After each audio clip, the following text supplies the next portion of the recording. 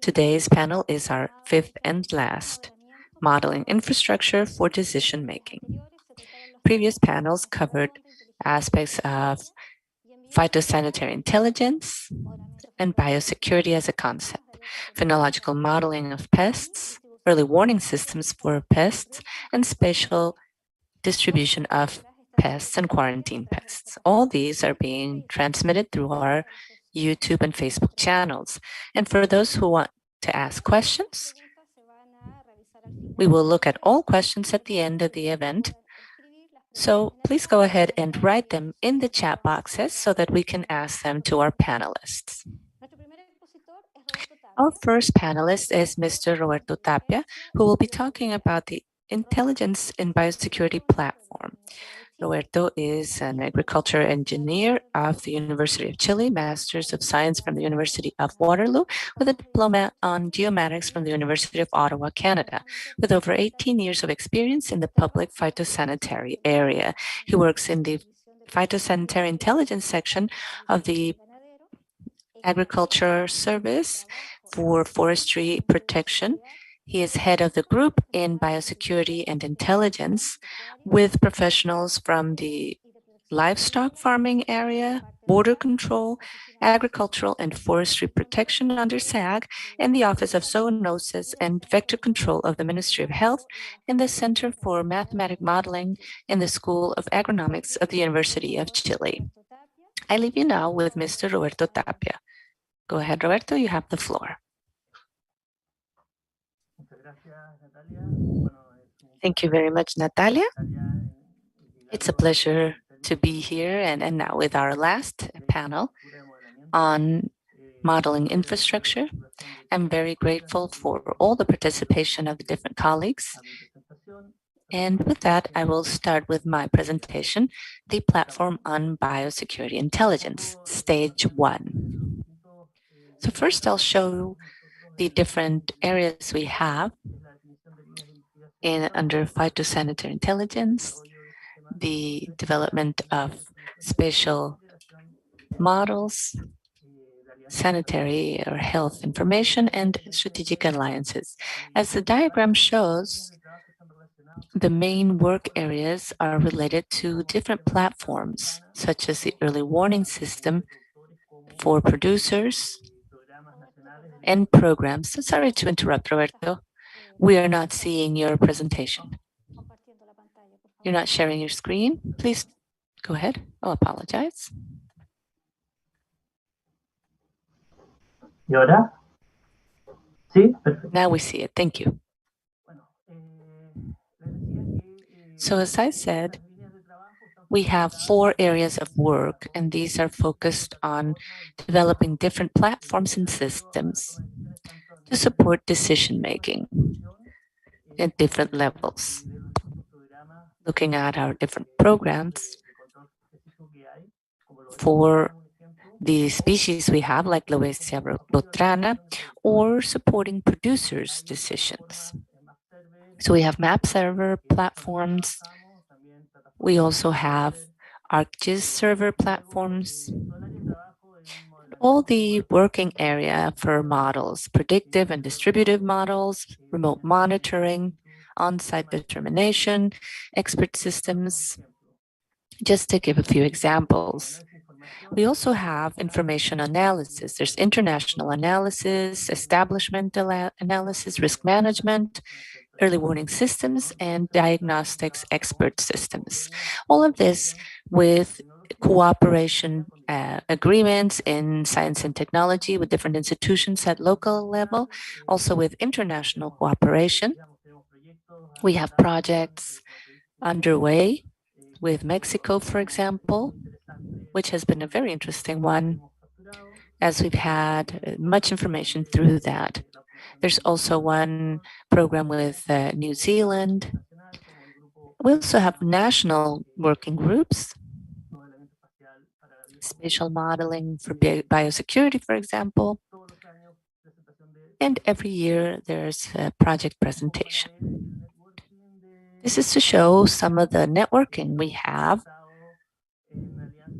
We've focused on alliances in our own continent, in North America, with the USDA,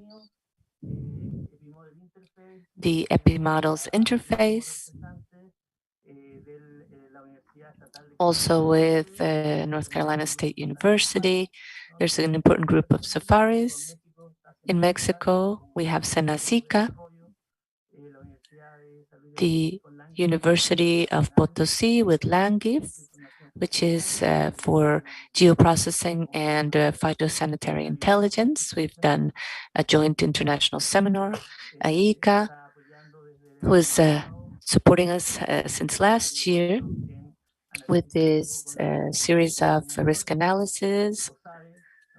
We also have alliances with COSAVE and PROCISUR,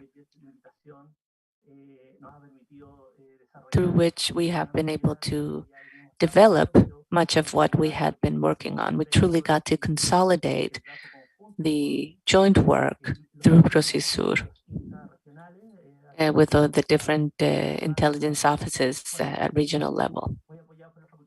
And in Chile, where we received much support from the School of Agricultural Engineering, the Center for Mathematical Modeling, and others. We have three platforms, working platforms. The first one up here is on intelligence and biosecurity. It's the most updated or the most current one, the latest one, providing spatial information, first just to visualize it, and the second stage will include analysis. For now, we can do the analyses outside the platform and you visualize just certain aspects. Our first project with the European community provided detailed information for producers. And under that, we have the expert diagnostics system, agrometeorological system, and early warnings. The early warning system is working for the National Lobesia Brutrana program. There was much participation from the Agricultural and Livestock Farming Institute. Different projects developed for predictive models on Lobesia Brutrana. And the program when we participated as well. Here we have a summary of our different modules in the alert system, in the early warning system. And in one of these, we received 450 reports of different weather stations in the country. There's daily automated processes creating validated, complete databases, such as for temperature and relative humidity. There's also a module for queries, which feeds into the producer portal and updates the information for producers overnight, so that the next day when they revisit the portal, it's all updated information. All the geoprocesses used by the modules are down here in this diagram, included in our early warning system, step by step, looking at temperature from weather stations and other raster maps, looking at species, to produce activity maps for the pests, and also phenological models, and finally warnings. This is also fed into the producer portal, but also the Lobesia Brutrana alert portal. The latest development is parallel to the biosecurity platform, is a virtual machine for analysis based on Linux Fedora, and it's a database where we can run analyses and multimodal frameworks in the SAG servers with state-of-the-art technology and equipment. We can do distance analysis, which is quite comfortable in all this COVID context. And everything that is generated there is fed back into the biosecurity portal. This is all thanks to direct support of IT department in SAG. We had previous experiences in this sense, and thanks to that, we could develop that starting in 2019 and throughout 2020.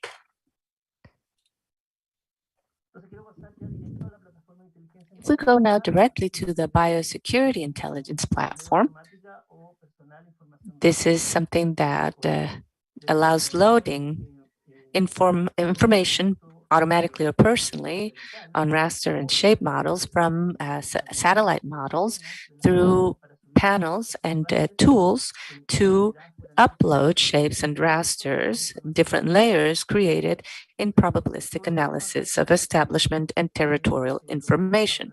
And these are all examples of what we see. The first panel, where we can manage our users, so the first tab shows what we see the different tabs there: users, active systems, host crops, and others. So these allow you to upload and download information. For the hosts, we have also all the information we can download there, a monitoring tab,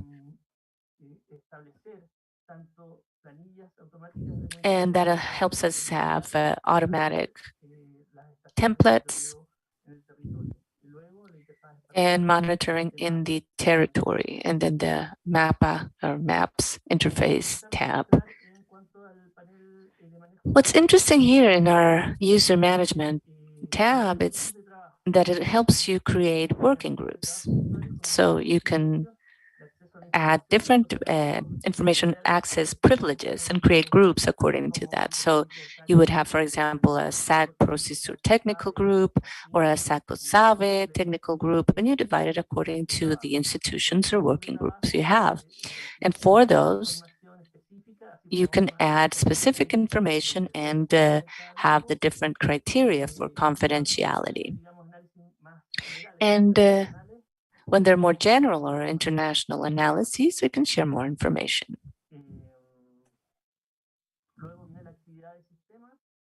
Then we have the systems activity. In this tab, you can monitor activity of all users regarding the RPF producer portal and helps manage and program training. So you can see activities under the early warning system, the agrometeo system, and trainings. We have producers who are recorded under each system, and it tells you when they were first registered, if they have sent any notices or not. And then the topics panel, it helps us see the different type of spatial information. By template, you can create groups or subgroups of spatial information. You can upload or download shape or raster format information, and it allows downloading information layer by layer. That can help us under each of the different formats, shape or raster, different risk maps, and the information is divided per group as you wish. And we have the hosts panel. It helps you to add the species and varieties that can serve as host crops. You can add the phenology, the pests, the phenology of pests, and the farms where you are following this information. So you add species and variety information, loading information on the phenological status of the host crop and its pests, and it helps you add the scientific and common name of the pest and the crop. And here we have monitoring tables where you add the name of the table, the users that will be using that monitoring table, and you can add groups, the pest, and the number of traps per station that you're monitoring, the organs or parts of the plant for measurement, and then you create an automatic table. And later, these will show up in the spatial interface. You can also establish new monitoring stations for the pest in this other tool.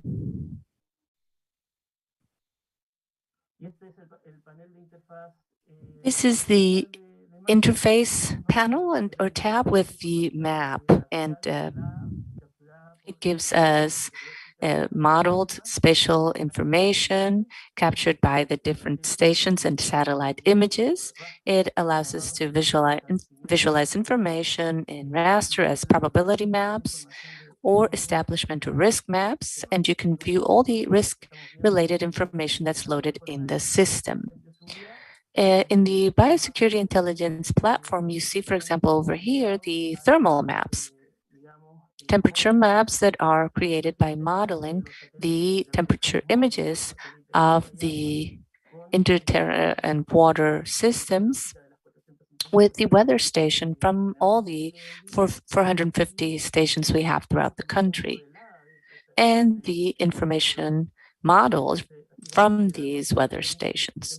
So we have maximum, minimum, medium, and mid temperature for all the national territory per day. And you can also look for more specific information. We also have the raster information on this side, which works with a virtual machine analysis.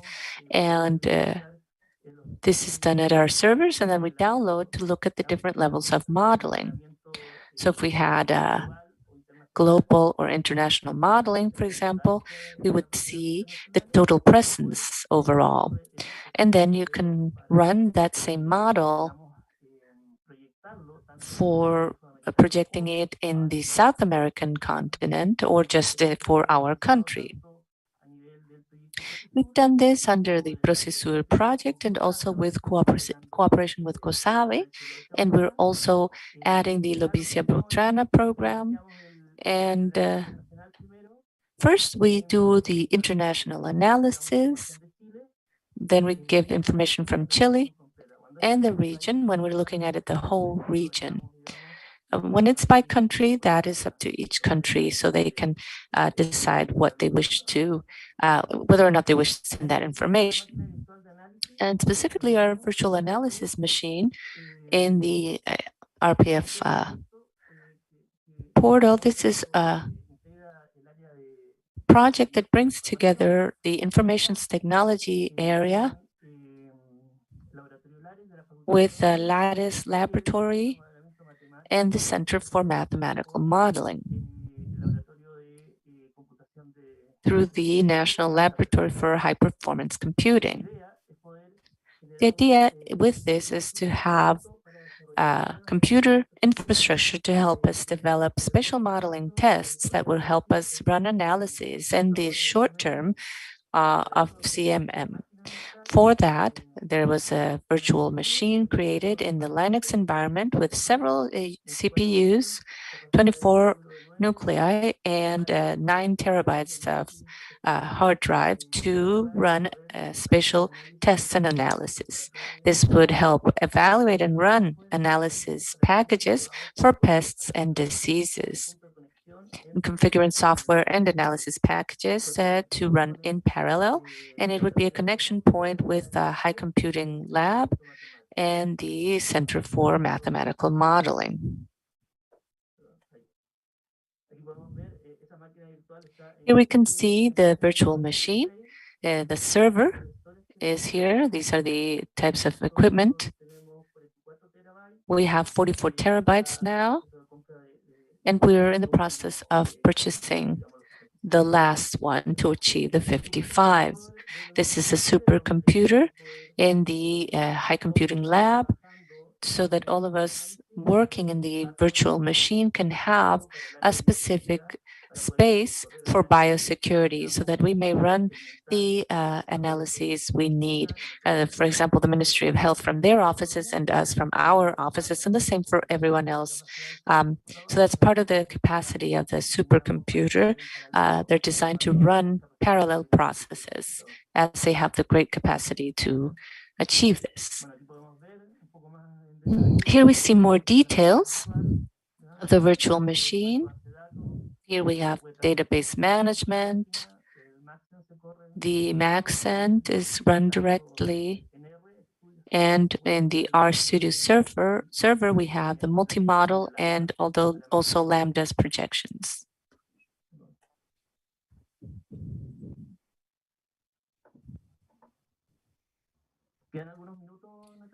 I think I have a few minutes left, right, Natalia? You're right on time. If it's just 2 minutes, go ahead. Well, are you seeing the platform now, just to double check? So this is the platform in real time.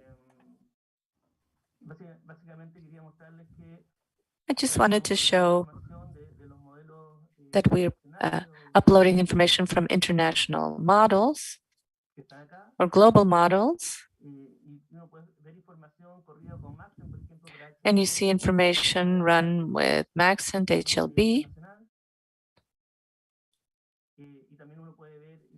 And also with the multi-model, which is the package developed under the New Zealand donation we received. And Professor Morales will show this later on. These are results for Lobesia botrana, random forest,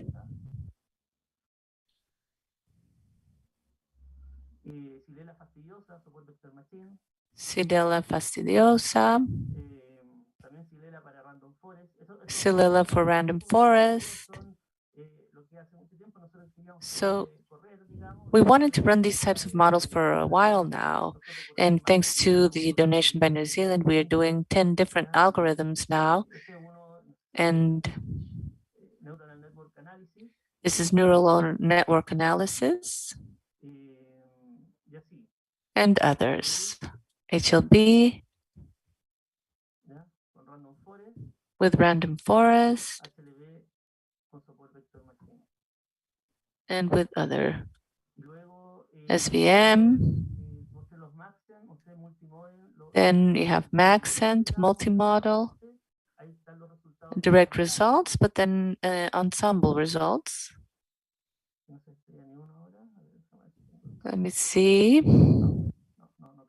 I don't think I've loaded those.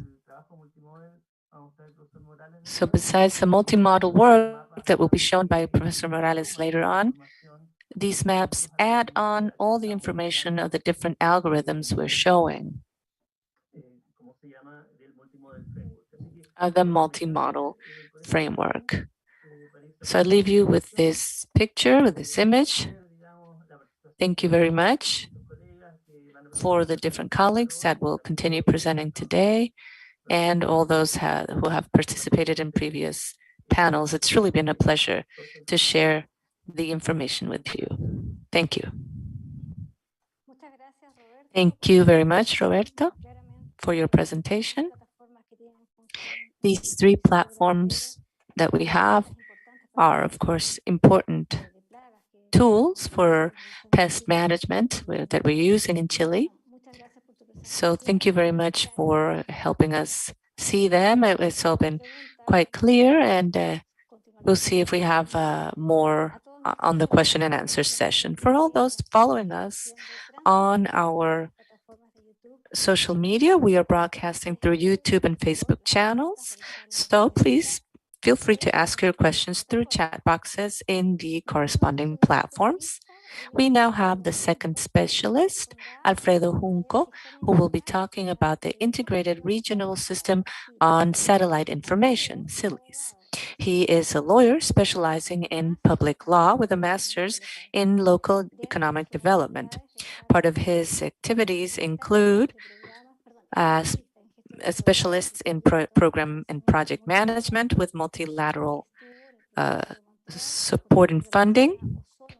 He is under the Protocol of Montreal, a coordinator of the Ozone Office of the Secretariat of Industry in Argentina, executed with the World Bank in 2019 to 2017. He's been a Secretary of Treasury for the municipality of Avellaneda, Executive Director of the Institute for Development of the Florencio Varela Industrial Park, Advisor of the Presidency in the Institute of Industrial Property for Argentina, and current coordinator of the Executive Regional Project of Satellite Information Cities, executed by CONAI in Argentina, funded by the Inter-American Development Bank. I give Alfredo the floor. You can share your screen and start. And remember to unmute. Can you all hear me? Thank you. Thank you so much to all of the organizers and everyone for the opportunity to be able to make this presentation about the Integral Satellite Regional Information System known as CIRIS. Okay, so there's a short presentation I have for you. And it describes the fact that it's a regional public asset that was developed under the auspices of the Inter-American Development Bank, the IDB, and it allows 7 countries in the Latin American region to work together and to be able to develop a system and a website. The idea is to upload satellite-based deliverables based on satellite images.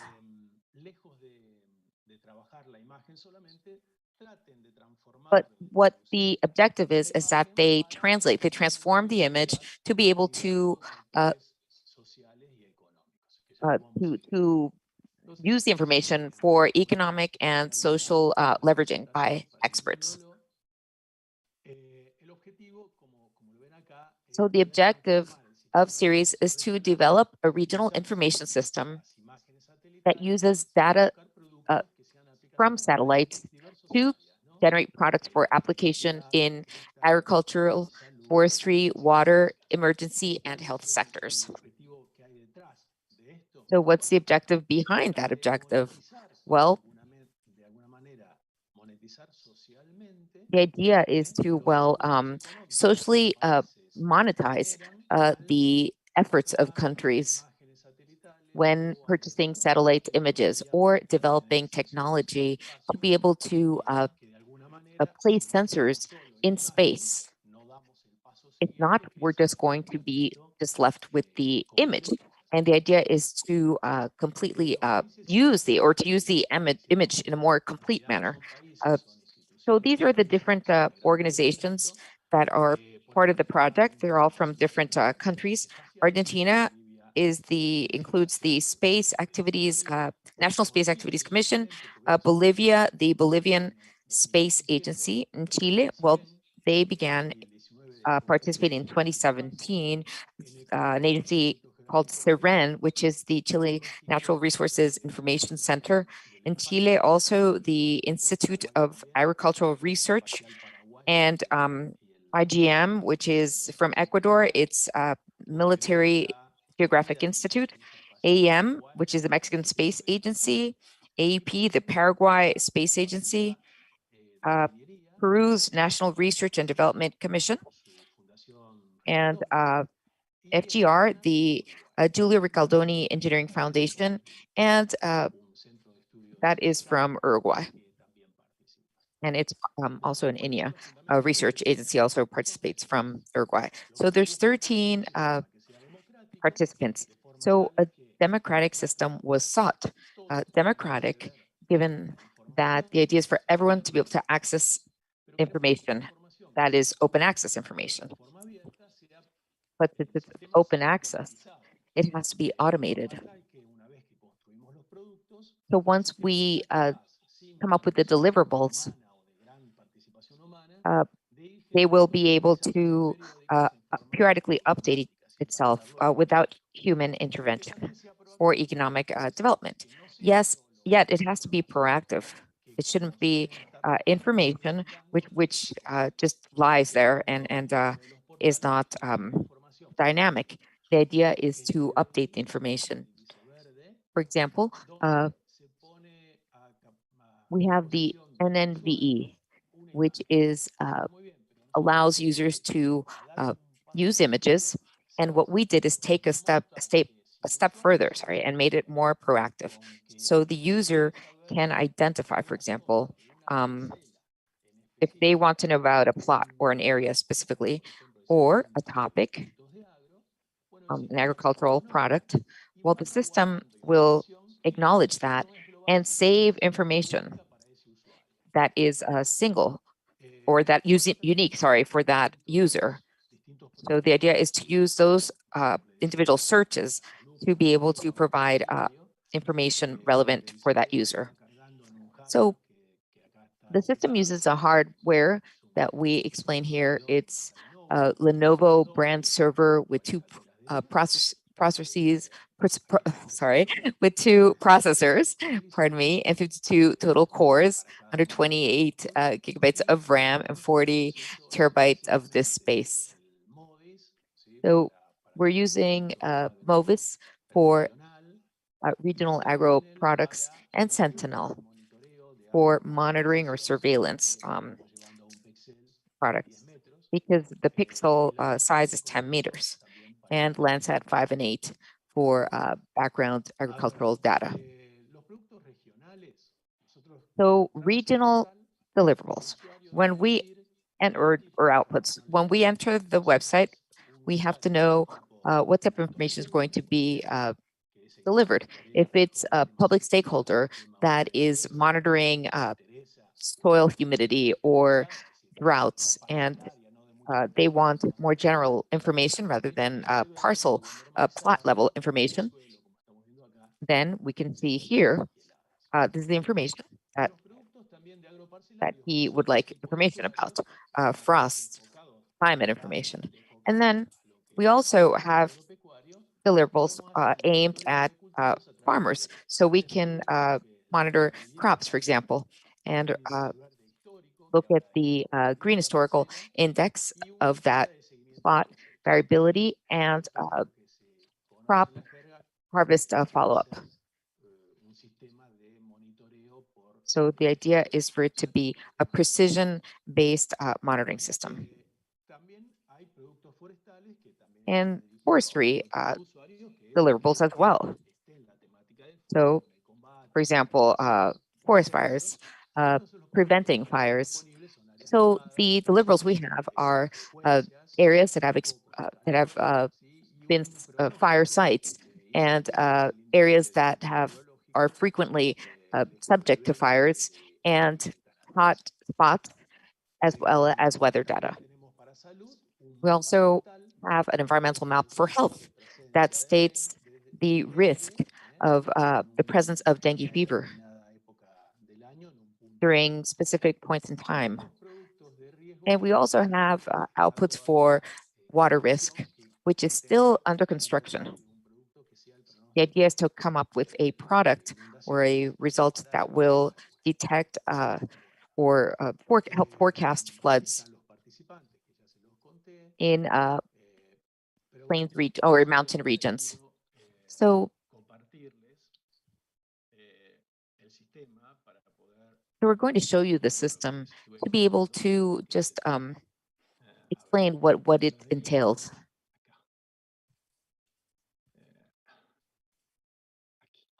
Sorry, that the flooding was for plains regions, not mountain regions, pardon me.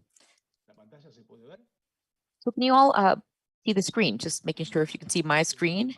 Are you looking at the system?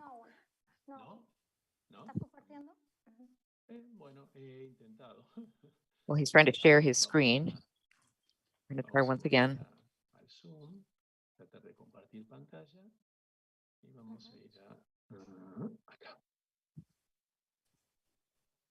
¿Ahora sí? Ahora sí, Bueno, se ve muy perfecto. bien.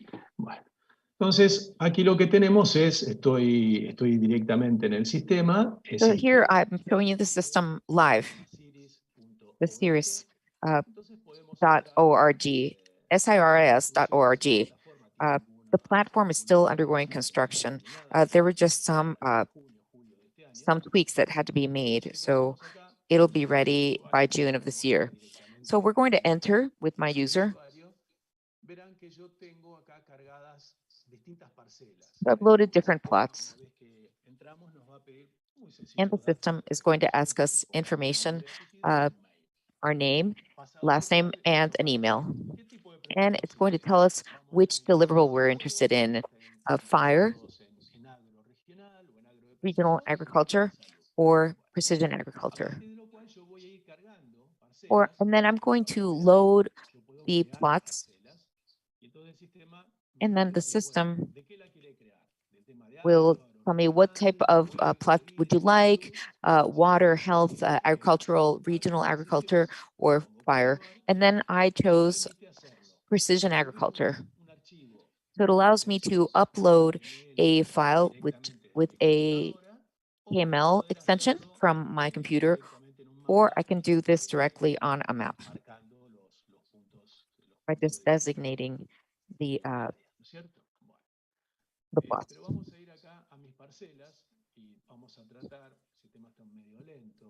The system is a bit slow today. I'm going to show you a plot.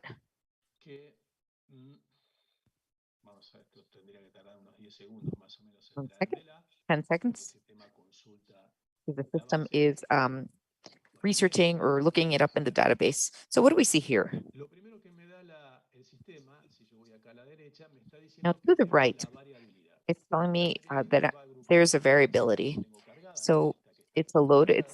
This is the colored loaded plot, and by reading the green index, the NNVE, through processing, we divide the index, the green index, into 6 colors in that plot, and we group it together in similar spots, homogeneous spots, to provide the farmer the possibility of seeing in their plot the areas that are at least productive, and then make pertinent decisions. So what happens if this is a rocky soil here? They can designate that, and they can load situations. For example, if, for example, there was rocks fell on the soil, so it damaged my crops. Or if there's a drought and it's impacting an area, we can estimate he can estimate the production that's going to result. So you can see that this is the area, the total area of the impacted area. So the maximum NDVI, which is the best field for production. And this is the soy area in Argentina. And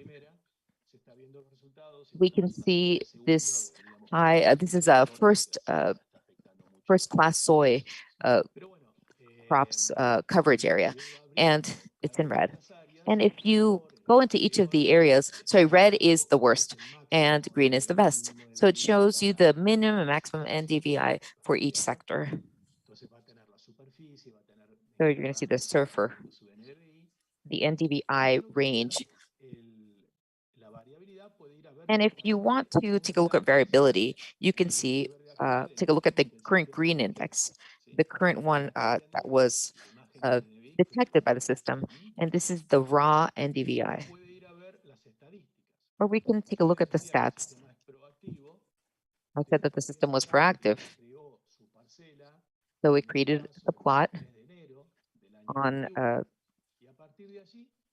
January 23rd, 2021, and then the images were plotted automatically, and it's loading what's happening date by date with the production based on maximum and minimums, and based on the NDVI index. So the farmer can see through the satellite image the historic performance of his field when he or she fertilized, when there was a drought, if there were stones that fell on the crop. And then these curves are associated with that, and decisions can be made. So whoever performs the field assessment can definitely leverage this from this information. It's completely invaluable. And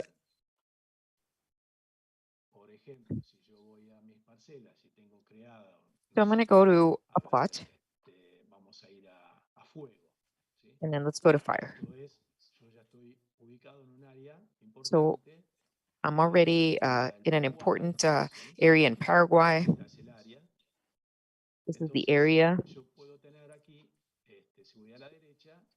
So to the right, you can see the hotspots, the current hotspots that are taken by the birds or MONES satellite or both.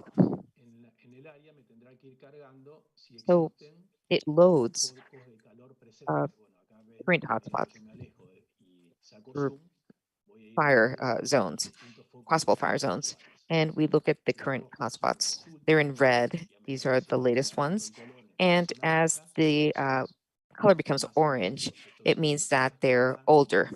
So these readings are updated every 4 hours. So you can see what the current areas are or past hotspots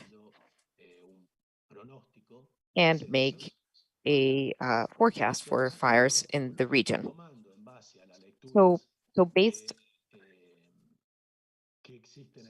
on the current readings of the soil, the temperature readings, and forecasting for rain, the system is going to color this map based, going to map that risk. And we can see that this area is a bit more threatened by forest fires than other areas, for example. We can see also with healthcare or dengue fever here.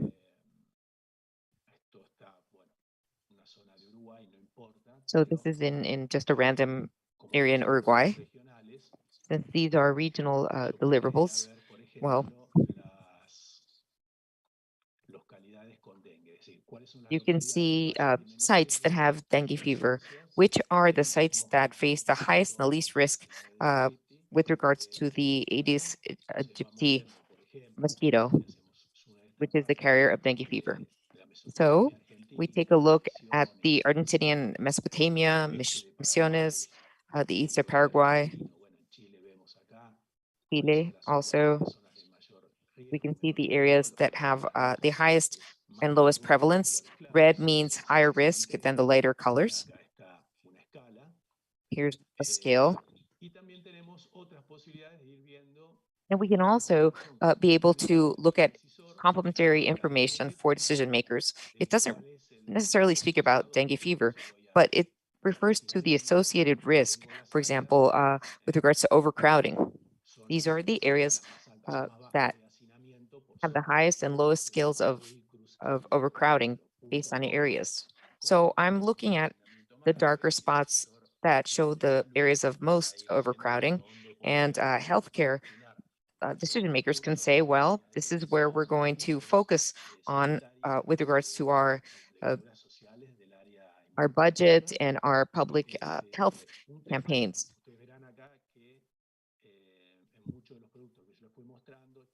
So many of the outputs that I showed you in Chile, dengue is loaded. It's not loading others because Chile participated and they didn't provide much information about their country in the serious system.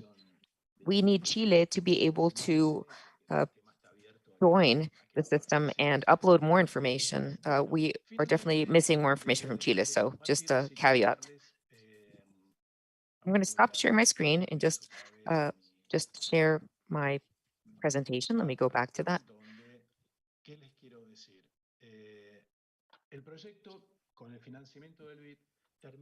Well, the IDB funded project ends this year. So it ends this year. In November 2021, the funding ends, that is. But Part of the commitments as participants included finding, well, once funding ends, to find a way to make this project sustainable, the series system sustainable with new inputs, sorry, outputs. And what we have decided to address this lack of funding now that the IDB is no longer on board is to become a regional association with regards to satellite imaging. So this association will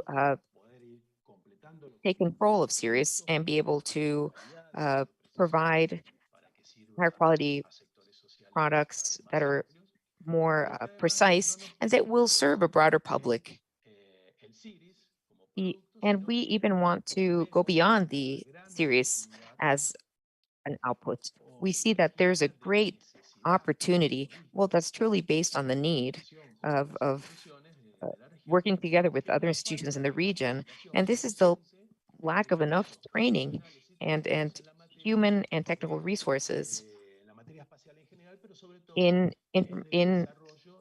space or applications for satellite imaging and knowledge of space. So radar images. So what is our goal of this? So the association strives to uphold Sirius, but is also going to be used for continuous education, providing MAs and PhDs, continuous education. And who should comprise the satellite association that we're going to call IAMA, and it's the Interinstitutional Regional Space Agency. And we're convening institutions that have to do with research, space research, and space agencies to come on board, and space agencies as well, as I mentioned. And what is the purpose? Our main purpose is to be able to foster autonomous knowledge of regional institutions with regards to space. And we want more remote observation projects. And the idea is to provide, to make this a paying program so the countries can make up for or can make up their investment or receive a return on their investment. And the idea is for it to be a deliverable that's used massively or massive use output.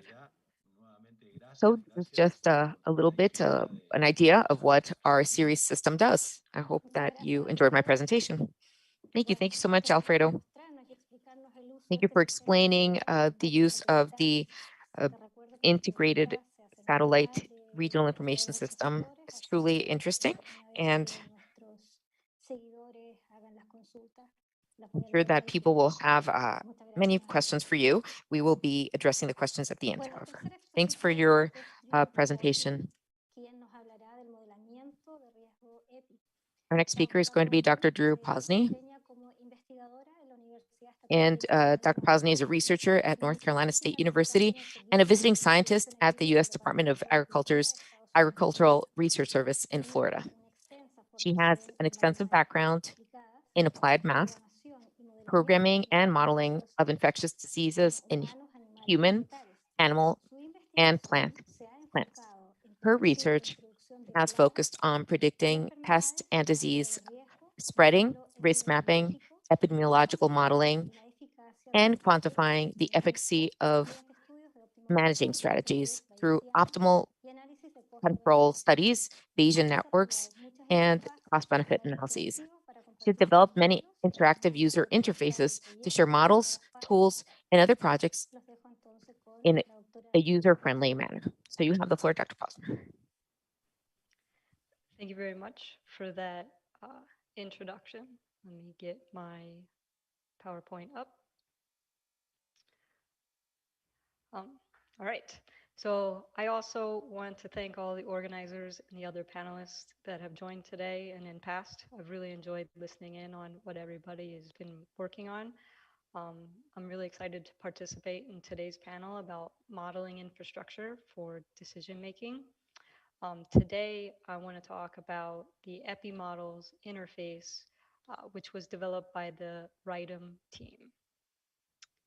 RIDEM stands for Risk-Based and Infectious Disease Epidemiology and Modeling.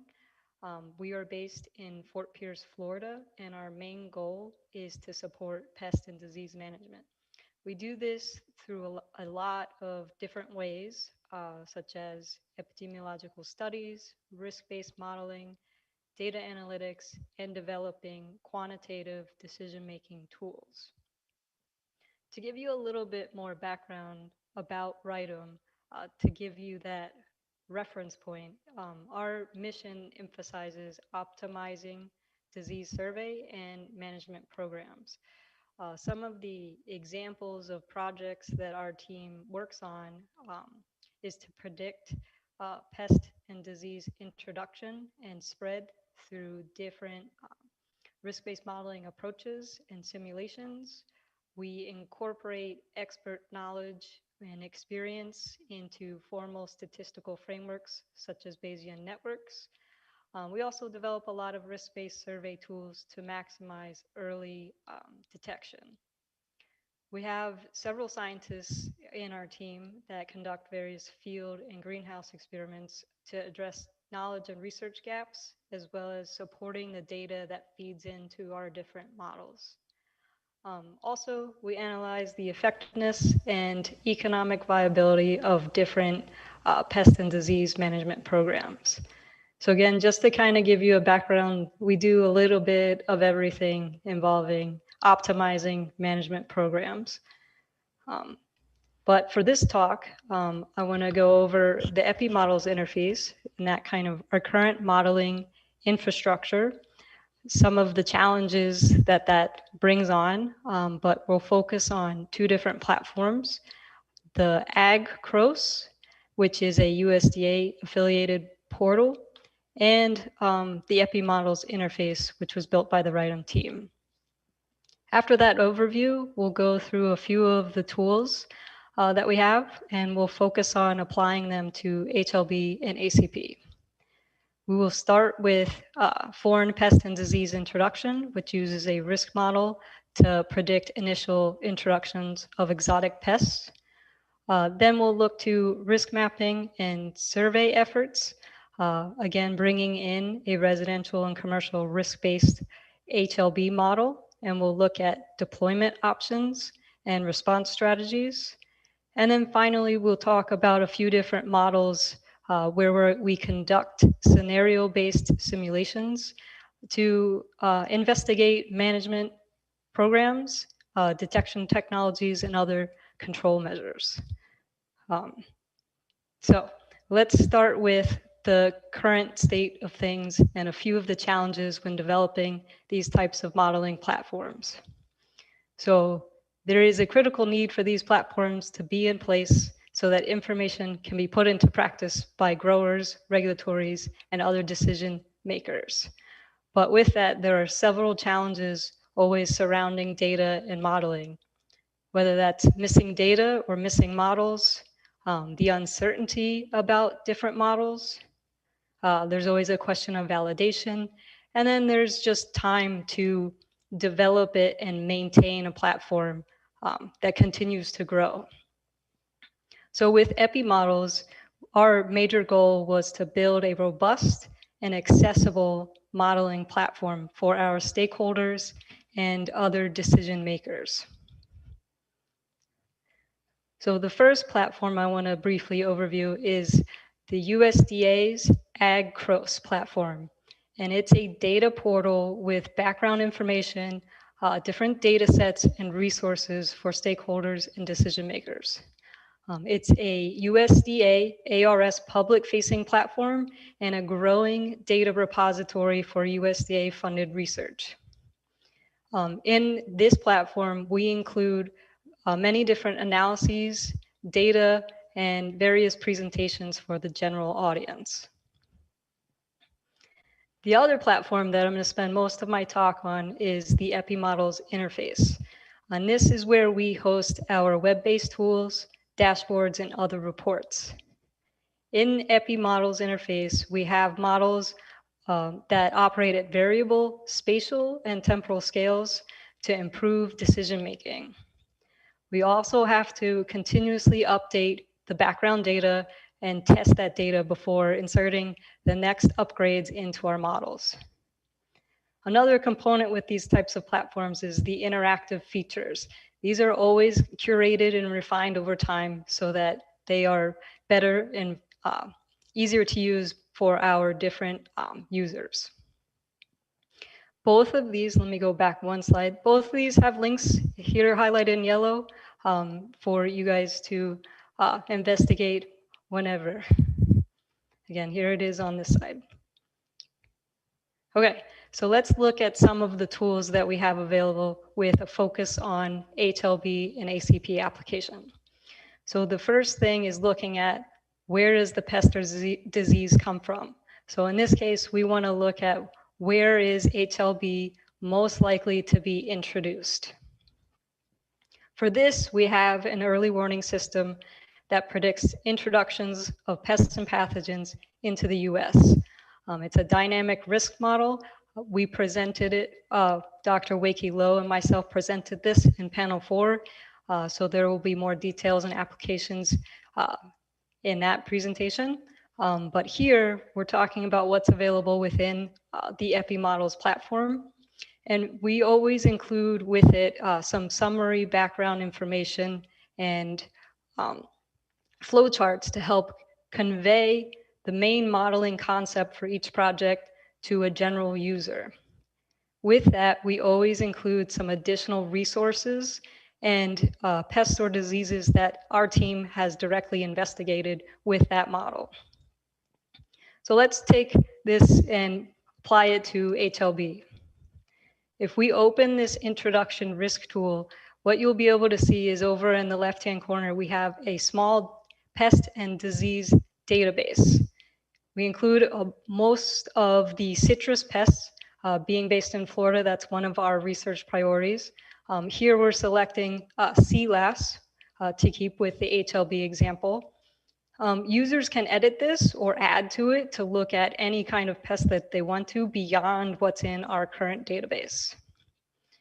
After selecting a pest, what will show up on the right-hand side, which is already there, is the worldwide distribution of that selection. And below that, we have a corresponding table that has the most up-to-date data on incidents for that pest. In the map, we also include bar plots, the little blue rectangles that you see within the map. This is to illustrate different weights by country that users can also edit that have maybe more influence in one region versus the other. And finally, users can select the state. This is a US focused application, so we only have it available for the US at the current day. And you can select the spatial scale. Within this application, we limit it to 3 spatial scales. The county level, a census tract, which is a population-based spatial distinction, and 1 square mile. There are many other parameter settings that a user can play with, but to get a general sense of the model, here are some quick pointers for running the model. Once we run this introduction risk model, there are a few other features that we like to bring out when we're analyzing the risk output. One thing is this interactive globe that allows us to visualize the connectivity to California. Oops, apologize for that. I did select California in my state for looking at where the risk is.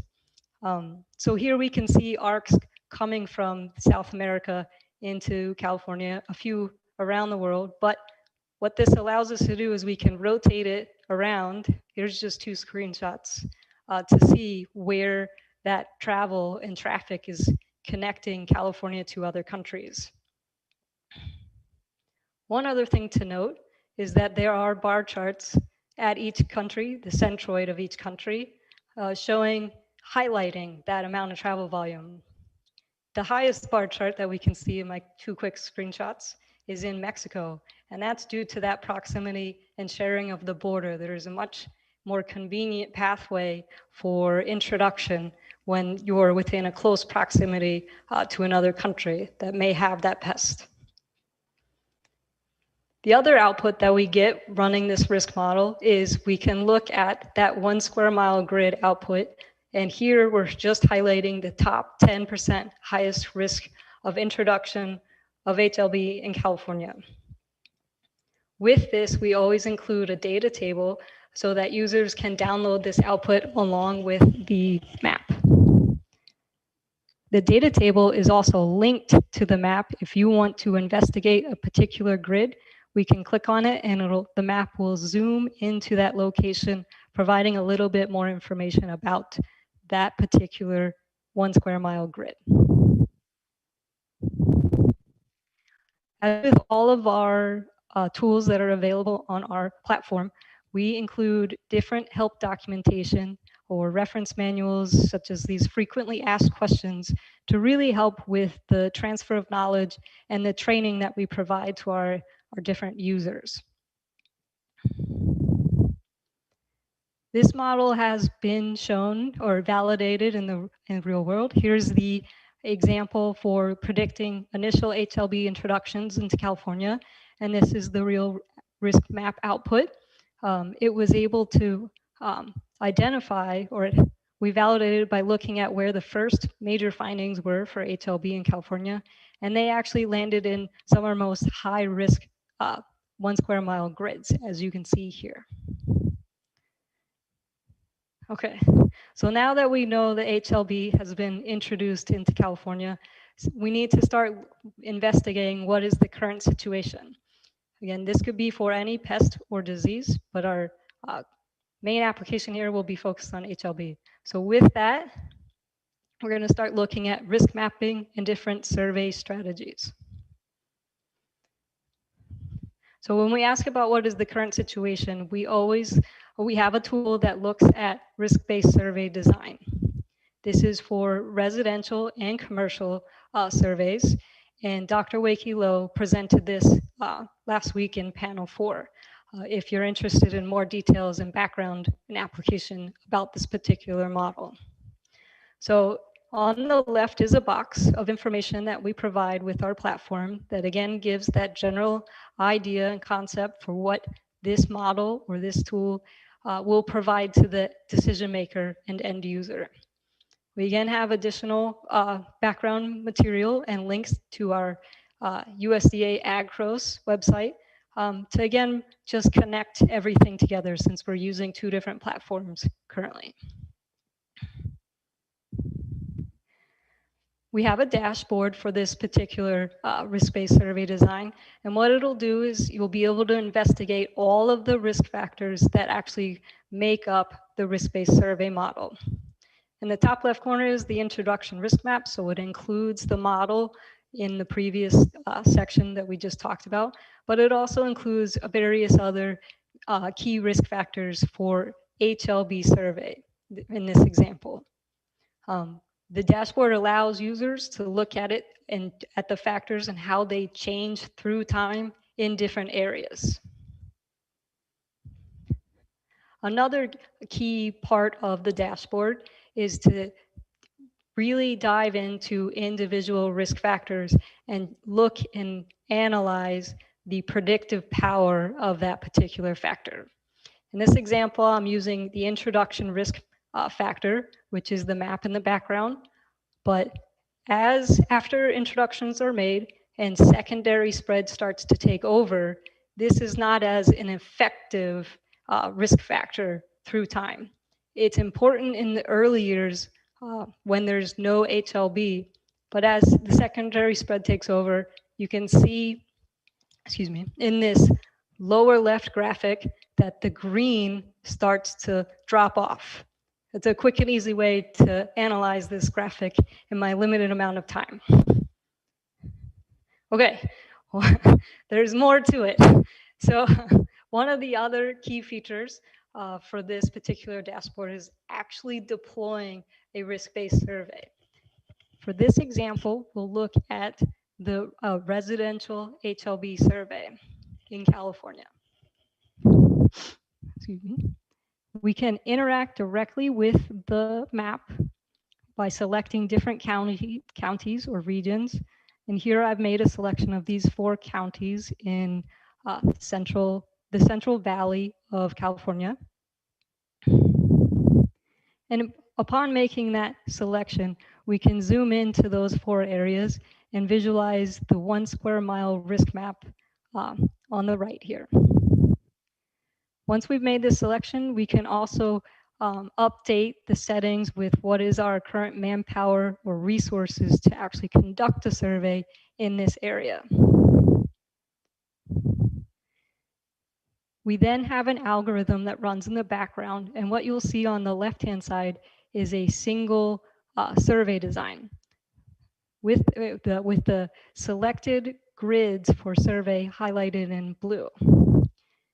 This survey design is linked with this data table that illustrates the coverage of that survey by the region or by the county.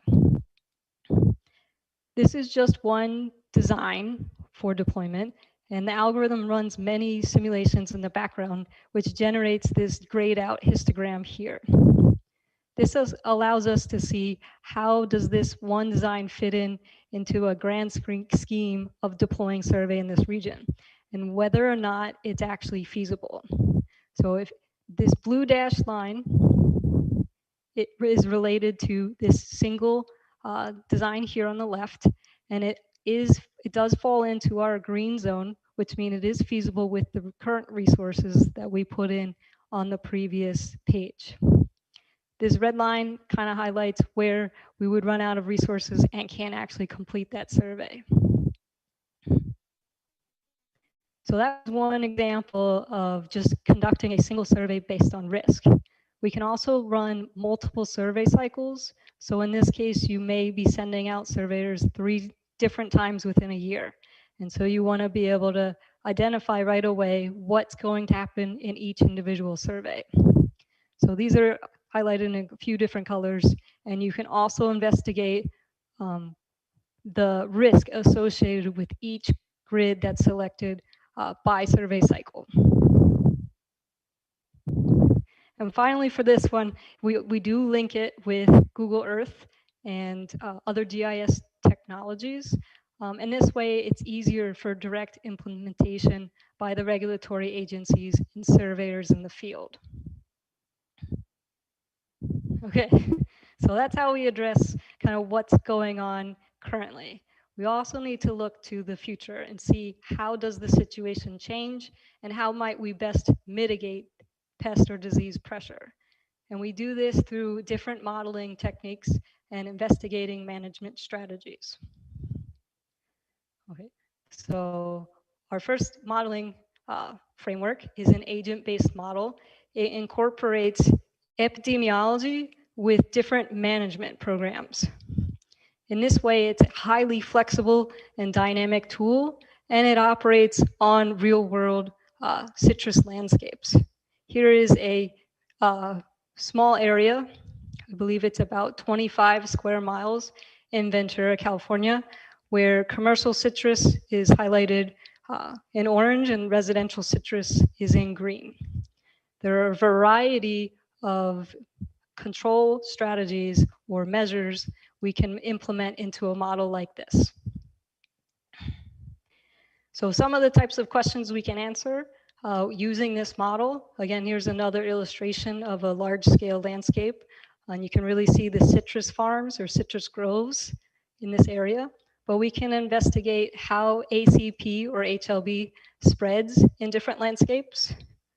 We can analyze which control programs are more effective in a particular landscape or at a particular epidemic phase. And we can also conduct cost-benefit analyses, just to name a few things that we can do with this type of modeling framework. So in a visual, we can then start to play with a few different management strategies, going from no control to something extremely optimal. But to keep things in a realistic setting, we're going to go with scenario A and scenario B and see where that falls on this performance spectrum of epidemic management. In scenario A, we'll consider a 5% survey of that landscape, detecting by visual symptoms, and a delayed removal program. By this, I mean there's no mandatory removal in place. And we'll compare it with scenario B, which has a little bit more resources. So it's conducting a 60% survey in that landscape. It's using PCR with visual sampling. There is some limited or restricted lab capacity for processing samples, but we have a mandatory quick removal program, and the commercial farms are conducting a spray program. Okay, so let's try to visualize this. Up at the top, north part of these landscapes is where HLB is initially inserted in this 5-year simulation. The pie charts break up the host by disease class. In green is susceptible or disease-free. E in blue is for exposed. Orange is cryptic, so it's infectious but not showing any symptoms. Red is I, which is infectious and symptomatic, and R in this case is removed. So there is a removal program, like I said, in both scenario A and B. But we can watch the progression of HLB spread in this particular landscape over the course of 5 years. And we can even zoom in to a commercial area and see which one performed better at slowing the spread or invasion into commercial farms in this landscape. We also run these thousands of times to get that kind of uncertainty or variability in the program. In both of these two scenarios, HLB quickly spread over the course of 5 years. Whereas in commercial, it spread within the first year. It entered commercial in both scenarios, but the actual incidence level may still be below detection threshold, right? Remember, we're still using just visual or PCR. That's important because that's a very critical measure for HLB detection. It's very hard to find a cryptic, asymptomatic leaf on a large citrus tree. So most traditional detection methods require sampling, processing, or assay, which cause delays from survey to confirmation on top of that. Recently, however, canines have been trained to detect HLB with high accuracy levels. So what that means we can do with our modeling frameworks is compare detection techniques in our management program. In this case, we'll use just a 6-block grove, as you can see here, and we insert 10 exposed trees along the edges. What we're gonna do is, in this case, have a 2 survey per year, and they're gonna survey the entire grove. If any HLB trees are found, they'll be removed within 30 days. But the detection method will be based on data that we have regarding canines, PCR, and visual. At the bottom here is a single simulation run, where at year 5, the canines haven't removed that many trees. They're a much more sensitive mechanism for finding HLB. The middle row here is our PCR scenario, and within 5 years, you're removing about half of the grove. Visual, it's already a little too late to stop the spread within that grove. But at the end of 10 years, for the PCR and visual strategy, they're both mostly removed groves, whereas canines are able to sustain the majority of that grove. With this, as I mentioned previously, We can do economic analyses based on detection methods, as well as the full management program. But this is linked up with the previous slide, and you can see that if we implement canines as our detection method, they maintain a profit over the course of 10 years. PCR in green, it's not exactly feasible or realistic to survey a 40-acre orchard twice a year using PCR of the full grove. So the profit's not exactly optimal here, and it quickly inundates fiscal resources. And then over the course of, say, 7 to 8 years, right here, you're ending up removing the majority of the trees, so you're not really producing or harvesting fruit anymore. So that's when your profit starts to level off back at zero. So it takes into account a few different costs, more than just the cost of removing or replanting, but also the direct operational costs into these types of analyses. The other thing, so just bringing the AgCROS back in, we have a lot more information about canine detection on both of our platforms and several publications. But this is just to highlight the types of presentations of information we have on AgCROS. And finally, we do have additional analyses regarding ACP and HLB. I think I gave you a lot to go through today, but we do look at and investigate area-wide management strategies and kind of these rapid response or delimitation response optimization. Beyond that, we have plenty of other tools that don't just fall into an ACP HLB system. We look and investigate a variety of things. So I encourage you all to check out our EpiModels platform right there. So in conclusion, building this kind of robust and accessible modeling platform is an ongoing task. It requires a lot of maintenance and updating and continually communicating with our stakeholders and users to keep it evolving and up to date and filling in new knowledge gaps over time.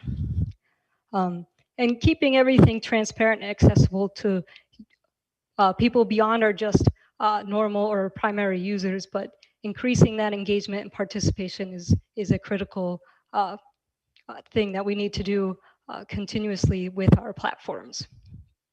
So with that, I appreciate you hanging in there with me. Thank you very much for your time. And that's all I have to say today. Appreciate it. Muchas gracias, Drew, por tu presentación. Thank you very much, Drew, for your presentation on risk modeling. As you said, of course, models help us make better decisions, and they should be easy to use for all users, ideally. So for all of those who are following us live on YouTube and Facebook, remember that you can ask questions in the chat boxes so that they can be read out to our panelists at the end of our panels. Our fourth presenter in the fifth panel on modeling infrastructure for decision-making is Dr. Keith Cressman. He has a licentiate in biology of Oregon University and a master's degree in international agriculture development from University of California, Davis. He's senior locust forecasting officer at the Food and Agriculture Organization of the United Nations, FAO. As FAO's top desert locust expert, he has been operating the organization's global desert locust monitoring and early warning system, and has been providing forecasts to countries for more than 33 years. In addition, he has established innovative early warning systems for other transboundary pests, such as fall armyworm and red palm weevil. He began his career with FAO in 1987, when he was posted in Sudan for 2 years. Prior to FAO, he worked as a Peace Corps volunteer in plant protection in Tunisia and with USDA APHIS ARS on cotton pests in Phoenix, Arizona. I give you Keith Cressman. You have the floor.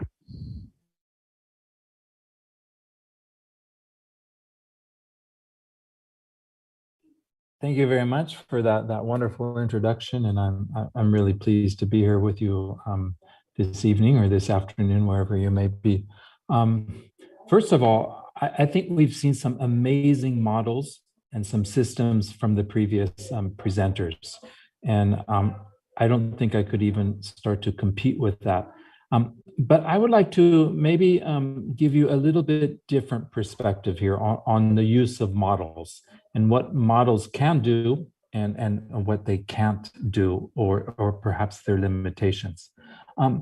Let's start with a satellite imagery.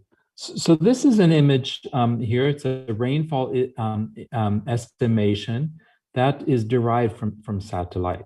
So in a way, you could think of this as a model, because there are algorithms that are working behind the scenes here, looking at hyper-arid and arid areas, and looking at the clouds over those areas that might produce rainfall.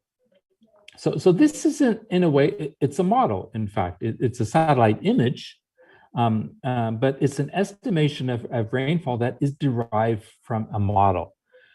Now, my point is on this slide is that if we're looking at this for desert locusts, which is what I try to predict and forecast, and rainfall is really important for desert locusts. But desert locust doesn't need, very much rainfall. They need something around maybe 15 millimeters. So if we look down here in the legend, it's something in there, huh? So it's kind of these dark blue colors, the green colors. So if we look kind of, up on the map here, in the desert area where those colors are occurring, and you see, if you're really good in geography, you see that there's kind of some rain here in Algeria and Libya.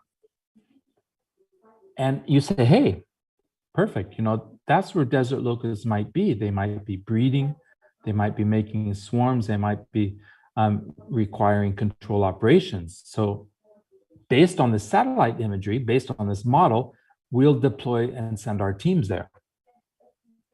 Now, the only problem is that this blue area that the satellite thinks is actually clouds that are producing enough rainfall for desert locusts, that's not it at all.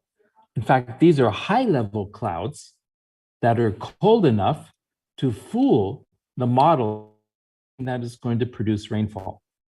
Now, how do I know that?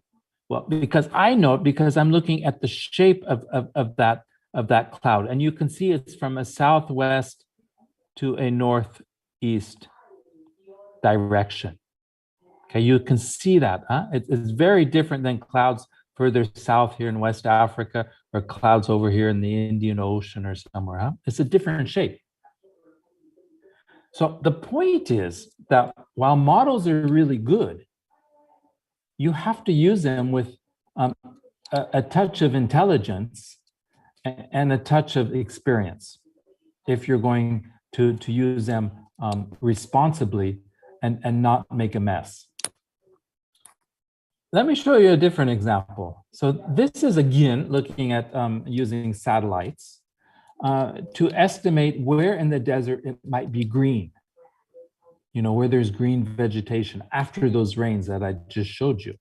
Because of course, this is what desert locusts, they need for food and for shelter.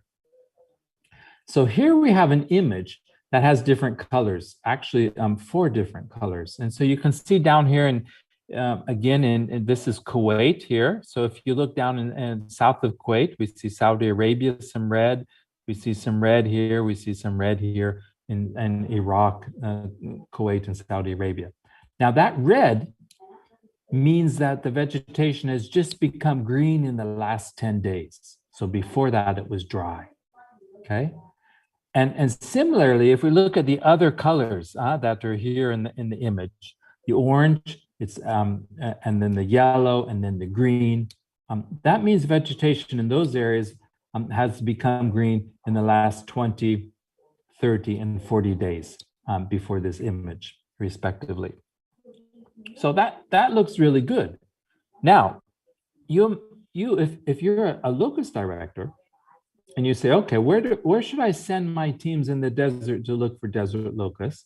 You'd want to send them to those areas that have just become green. So you'd send them, here to this red area here to another one here, and here to another one here. And say, okay, all my teams, we need to go there and check for locusts. Okay, fine. But sometimes, when you get there, you realize that there's no vegetation. And why that could be? Perhaps because it's a limitation of the sensor on board the satellite. So you have what we have call a commission error or an omission error, when the satellite thinks that it's dry, that in fact is really green in the desert. So it means that you not only need to know how to interpret the image, but you need to know what's behind it. As some of our presenters are talking about earlier about what's behind their models, you need to understand, what are the basics of that model.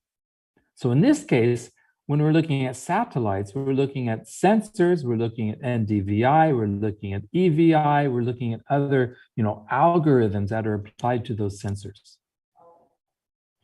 And you need to know the satellite, if it's a MODIS satellite, or if it's a NASA, or if it's a Sentinel-1 or Sentinel-2 or Sentinel-3, to know the type of sensor.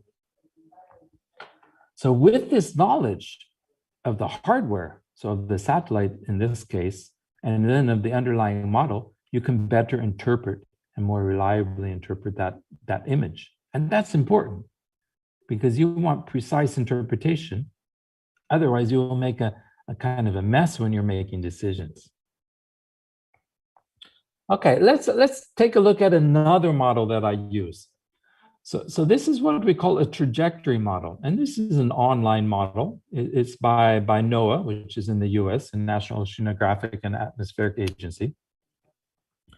And they've developed a model that basically moves a cubic parcel of air in the atmosphere forward and backward in time at different heights above the ground. So you say, okay, that's a lot of terminology here. But basically, if I'm forecasting locust migrations, this is very interesting because a cubic parcel of air could be the same thing as a swarm in the air. So flying forward or backwards in time at different heights above the ground. So here's an example of a very useful model, but like any model, it requires inputs, data that you must, input into the model so that the model can give you results. So in this case, it's requiring you to know when is the start time, okay, and where is this location, the latitude and the longitude. So in other words, I'm relying on this information from a country. If a country sends me a report and says, hey, yesterday we saw a locust swarm enter our country. Okay, that's nice, but that's not going to work in the model because I need to know that the start date, but also, the start time. So yesterday is when? Yesterday morning, yesterday night, yesterday afternoon. And your country is where? What point? What GPS latitude and longitude point? So if I'm lucky to have that, if I have the start date, the start time, the latitude, and the longitude, then I can use that to enter that information into the model. But then the model asks me, okay, what height do you want to fly those locusts? Do you want to fly them at 100 meters above sea level, 500 meters, 1,000, 5,000, 10,000 meters? So here, the user, which in my case is myself, has to guess what heights I would want to use. So of course, the beautiful thing with a model is that you can play with it, and you play with different heights. So here we have 3 different possibilities of heights to enter. And I play with them, and then I see what the results are. But the point is that often when we're using models, we don't usually have 100% of the data required to run that model. So models that allow us to play with that data, to guess a little bit for that part that we don't have, to come up with results are very, very useful. These are very kind of like, let's say, user-friendly or user-dynamic models. Now, if we had, of course, all of this precise information, then we get a very precise result. But with desert locusts and with most plant pests and diseases, we don't have such precision, and especially when they're off farm, when they're out in the bush in the middle of the desert, when we're relying on other people to collect that information, not ourselves as researchers or as other people. So you have to take all of this into consideration. But anyway, let's say, okay, we have the basic information. We have the date, the time, we have the latitude and longitude of the report of when the swarm first arrived into the country. So now at this point, then I want to run the model backwards in time, which I can do up to about a week or so, to see where those swarms are coming from, to see where the source is, which is really important. Because if I know the source, then that can help me in the predictions of if there's going to be more locusts coming in the same direction or in different directions or not. But then again, I want to run the model forward in time to see what's going to happen in the future. Where are those swarms going to move to? Are they just going to stop in the country and then transit and move to another country? Or are they going to stay in the country? So a trajectory model can be very, very useful to help predict, the movements of swarms, where they're going in the future, but also to understand the sources of swarms that may not be very well known. So here's an example of the results of a trajectory model.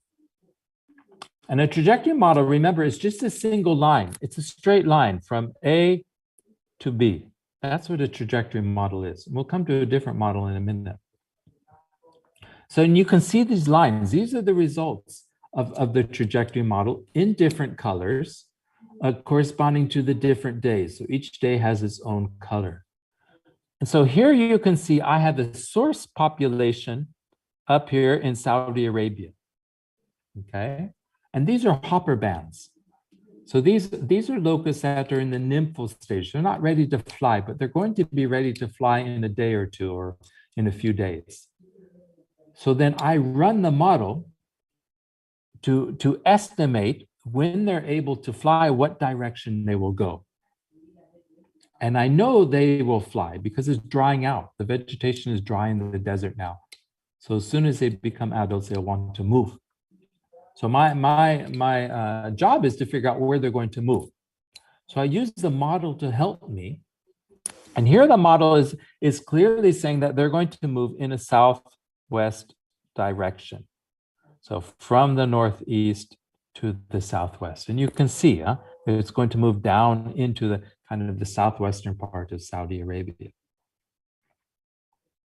Now, I have another situation down here near the border of Yemen, where they have a report of a swarm. Suddenly a swarm entered, in that part of the country, and they want to know, where did it come from?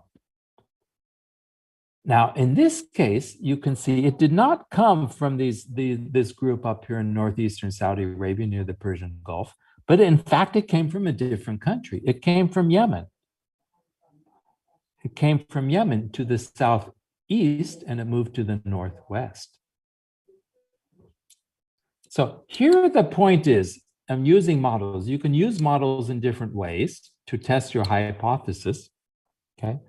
But still, it always requires a sense of experience, expertise, and just simple common sense when using these models. Otherwise, they can give you very wrong interpretations. So here I give you an example. I said that this swarm report near the border of Yemen in Saudi Arabia came from Yemen itself. But you see the model here is also suggesting that it came from the United Arab Emirates. And it flew across the desert and it came into southwestern Saudi Arabia. Yes, that's fine. The model says that, but we know that there's no locus in that source area in the United Arab Emirates. So that's not possible. That's not a possible result. So again, you have to be able to interpret the results of the model to know what could be fact and what is certainly fiction. Okay, let me give you another example. This is what we call a dispersal model. So it's the same idea. We're using it to try to understand where desert locust swarms might migrate in the future, in the next week. So looking at it day by day for the next 7 days. But this is not a point kind of A to B model like the trajectory model, but this is a dispersal model. So it's starting at a single source point, and then over the next 7 days, it is dispersing. So it means that the result at the end of every day is going to be kind of a plume of possible locations rather than a single point location. So let me try to run this to you. And now you're going to have to watch this quite carefully. The sources of the locusts are here on the Red Sea coast. So we've taken 3 sources on the coast, kind of on the north, the central, and the south part of the coast. That's where swarms are currently present. And this was just last month, the 18th of February. And you can see the date up here, okay? And this is going to change day by day. Now, remember, swarms only fly during the day. So the model takes the swarms, they lift off at just a few hours after sunrise. They fly during the day, and then at the end of the day, they land. They settle overnight, and then they start again the next morning from that starting point. Okay, so let's see how this is going to be an animation. So let's see how this actually runs here. So you can see the first day is finished. Now we're on the second day. Okay, and look what happens. The swarms, they start to go into the interior of Saudi Arabia. From the coast, they're moving into the interior. So here we see after about 3 or 4 days, and they start circulating within in the interior, and then they start moving a little bit kind of towards the north. Okay, let's run that through again. So first, you're going to see something very strange. You're going to see that the swarms are on the coast. They're going to go down the coast here, and then they're going to go into the interior. So it's not a straight line migration. Okay, and the model helps us to understand that. So let's have a look at that again. So they go down the coast 1 day. The second day they're on the coast. They start to go into the interior on the 3rd day, and then they shift to the central interior, the Saudi Arabia after that.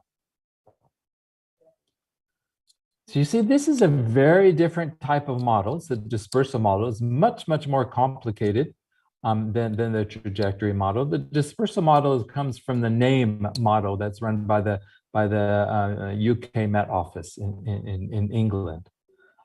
And so it gives you a very, very different kind of result, much more fluid result, and probably a bit more how nature behaves.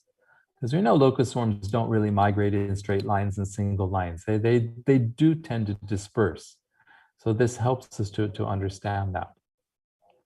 But again, you have to use this model, as I always say, with some intelligence and some common sense. And I show you an example of that. So here's the same model, okay, but we're going to start swarms at a different location. We're going to start them here in southeastern Ethiopia and southern Somalia, kind of in here. And this is an area where we had no information about the locusts. So this is a hypothesis saying that if there's locust swarms present in this area, and here you'll see we use a grid of points as starting points. So if there's locusts there, and if they're going to fly, then the question is, where would they fly? Okay, so let's see what's going to happen here. So there's the starting of the grid, first day, second day, And you see they're moving, quite across international boundaries here. I mean, they moved from Ethiopia and Somalia, they're now into South Sudan. They're still in South Sudan. They're in Uganda. They're in it's kind of circulating now here. Now, if I was just relying on this model for forecasting locusts in warning countries without any expertise about locusts or any intuition,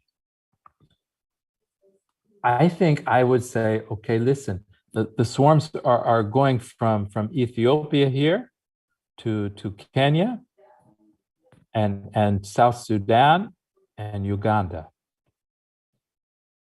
right? Those countries. So I would, be warning the ministers of agriculture in these countries, hey guys, you've got swarms coming to your country.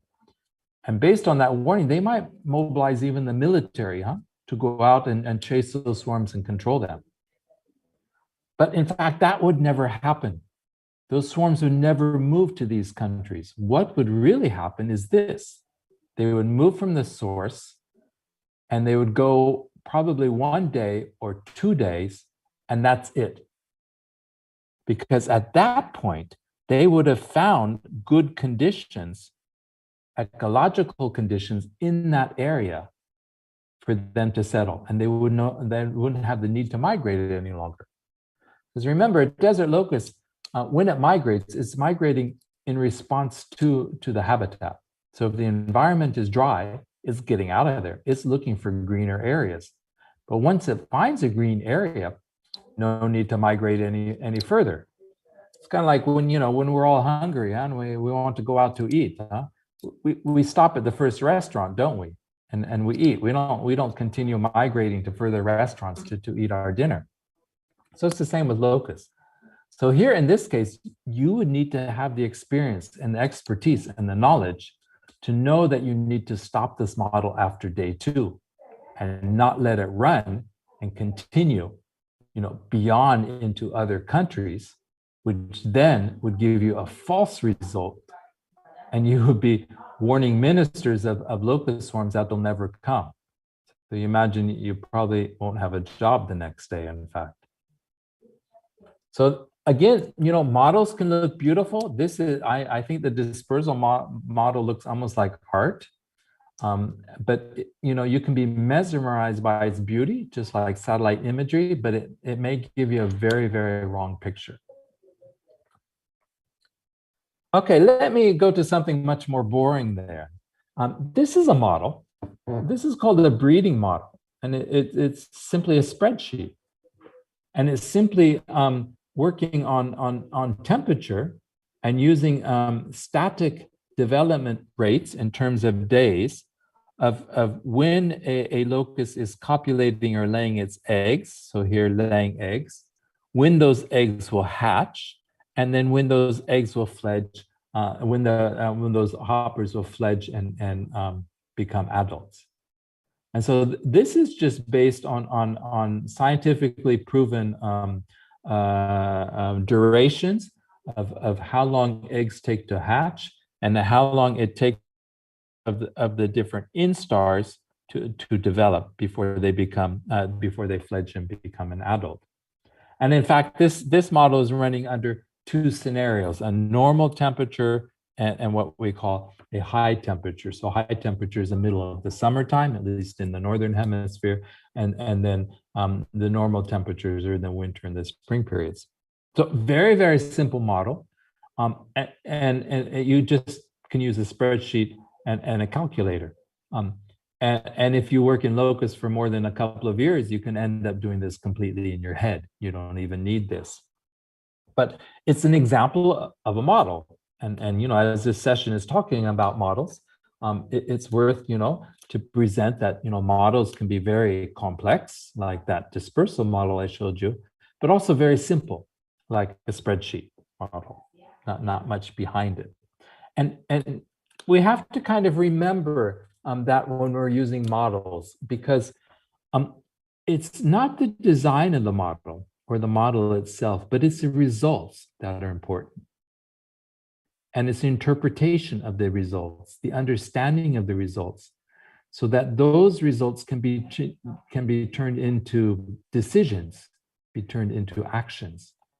So here we have a spreadsheet, okay, but you know, you can't really get anything sensible from that. But if you look at the results, you can maybe kind of put the results in a type of a calendar and say, right, this is my first generation of breeding here, with the laying, the hatching, and the fledging. Here is my second generation.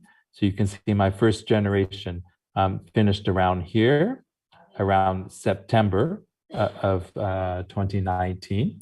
So first generation, and my second generation is over here after that. Okay, that helps for planning purposes. And here you have the timing of when there will be eggs in the ground, when there'll be hoppers on the ground, and when there'll be fledging and forming adults in the air. So that helps you as well to plan your survey operations if you're a country fighting locusts.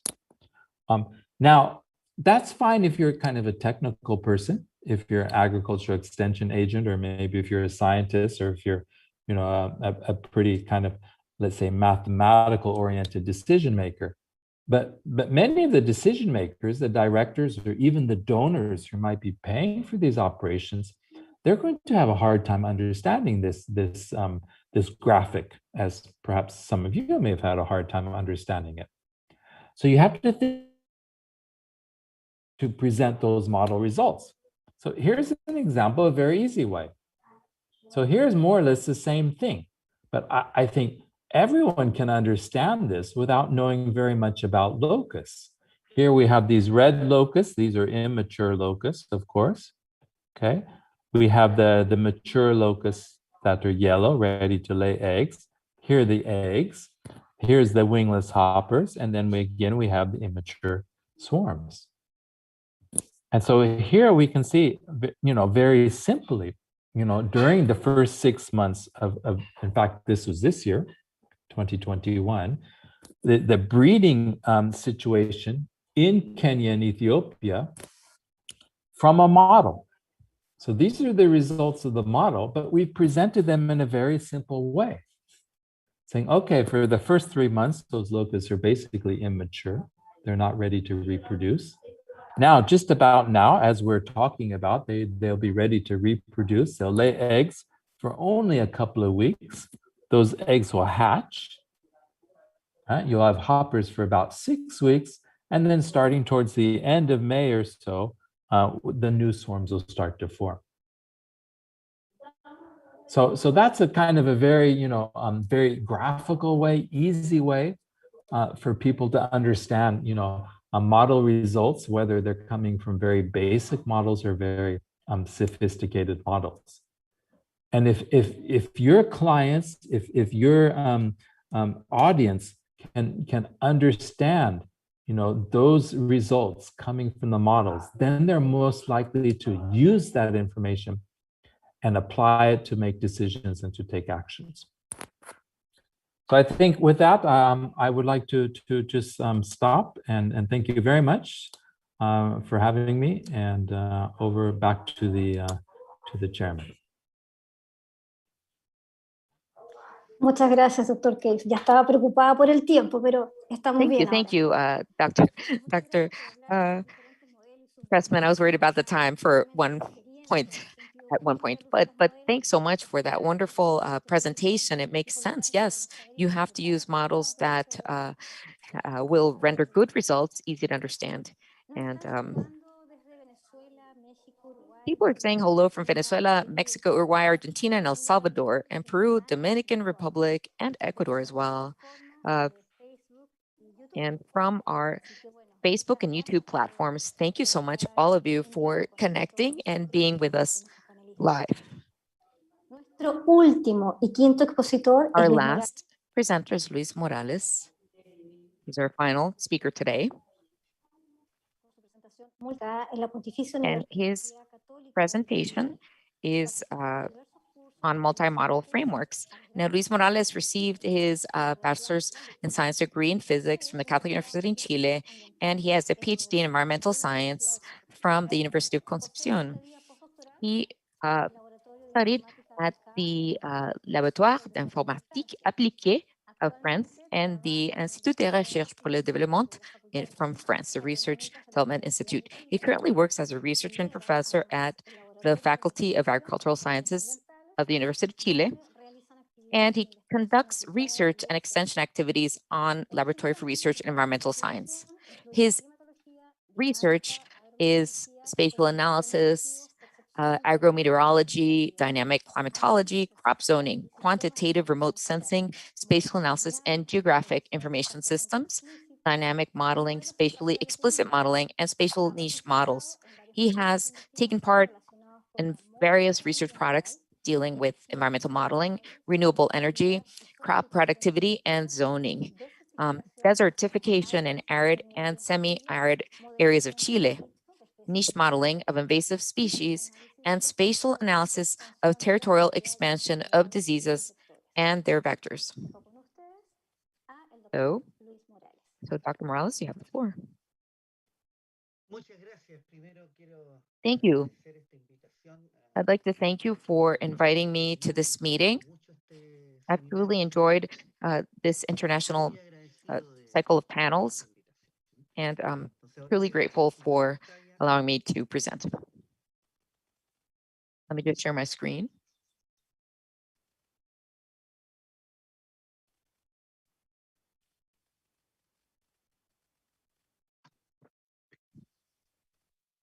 Bien. Hoy voy a presentar un modelo, el The model I'm multimodal going to present today is on the multimodal frameworks, MMF. Now we're working on this model with the Agricultural and Livestock Service of Chile and our Renewable Natural Resources and Environmental Sciences Department at the University of Chile. And we're moving quite along, and we'll be it'll be finalized very soon, this model that is. So I'm thinking about the question that we asked last week, that any of us can ask, how is it possible to know where a species may invade, or where is it going to settle? So where is that going to occur? And where's the probability of this biological invasion?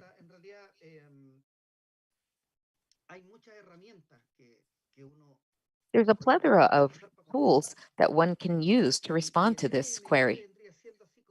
So MMF is kind of like this toolbox here, the red one, that's full of all of these different tools. And so you can resolve that query based on the information you have available on the tools. So these tools are known globally as niche models.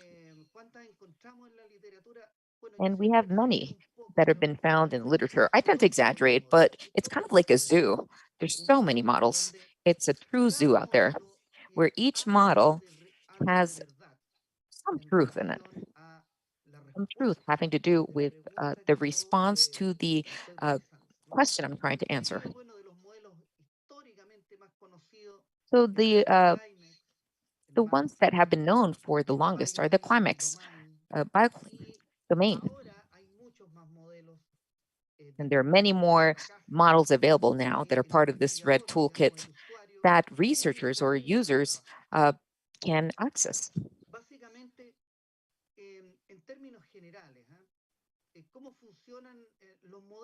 So in general terms, how do niche models work?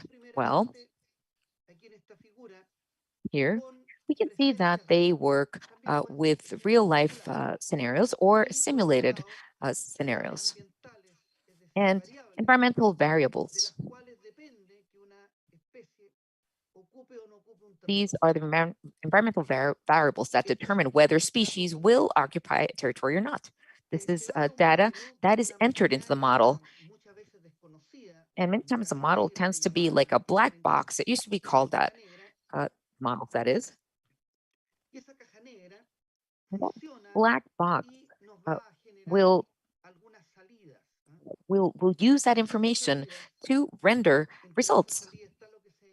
And the results are the territorial suitability or a niche model of a specific species.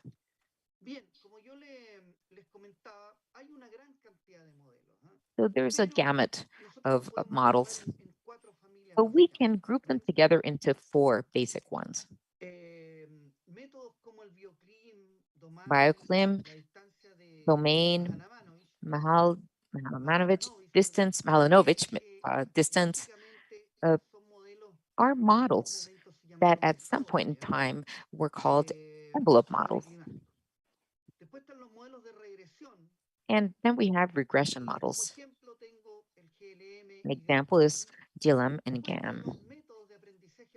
And then artificial neural networks, such as neuronal random forests and regression trees.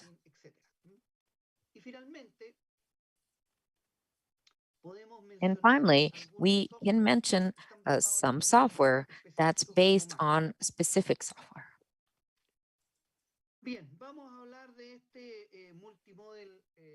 So we're going to speak about multimodal frameworks. Sorry, before I said envelope models, domain models, pardon me. And now we're going to speak about this model that was developed in R by the University of Lincoln Bioprotection Center in New Zealand. And there where I cite the authors. As Roberto Tapia just mentioned a few minutes ago, the model came to the SAG as a result of international cooperation. Nevertheless, well, the model, remember, it's very hard to get a model to run, especially if it's in R. It's never been easy. So we began to find out more about the model and run it on R.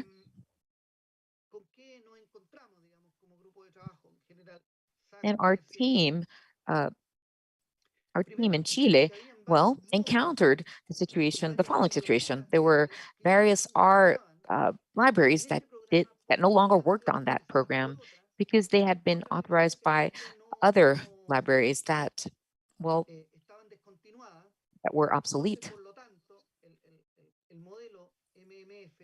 So the MMF model had a serious problem. So we had to basically rewrite it. You could think, well, that's very easy, but it was very hard for us.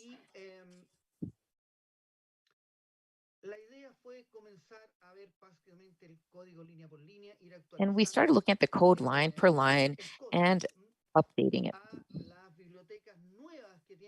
We updated it to the new R libraries.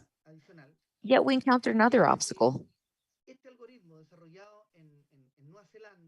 The New Zealand algorithm used a single nucleus, a single programming nucleus. That is, how can I say it? Single physical nucleus. Despite having more than one nucleus, my laptop, for example, has 7 nuclei. I could only use 1, and the remaining 6 were left unused. I could not access that. That's just to give you a metaphor for our difficulties. Well, so we couldn't use parallel processing. And we took a very long time to work on one nucleus week on end, an entire week. So we wanted to reduce the week to a few hours.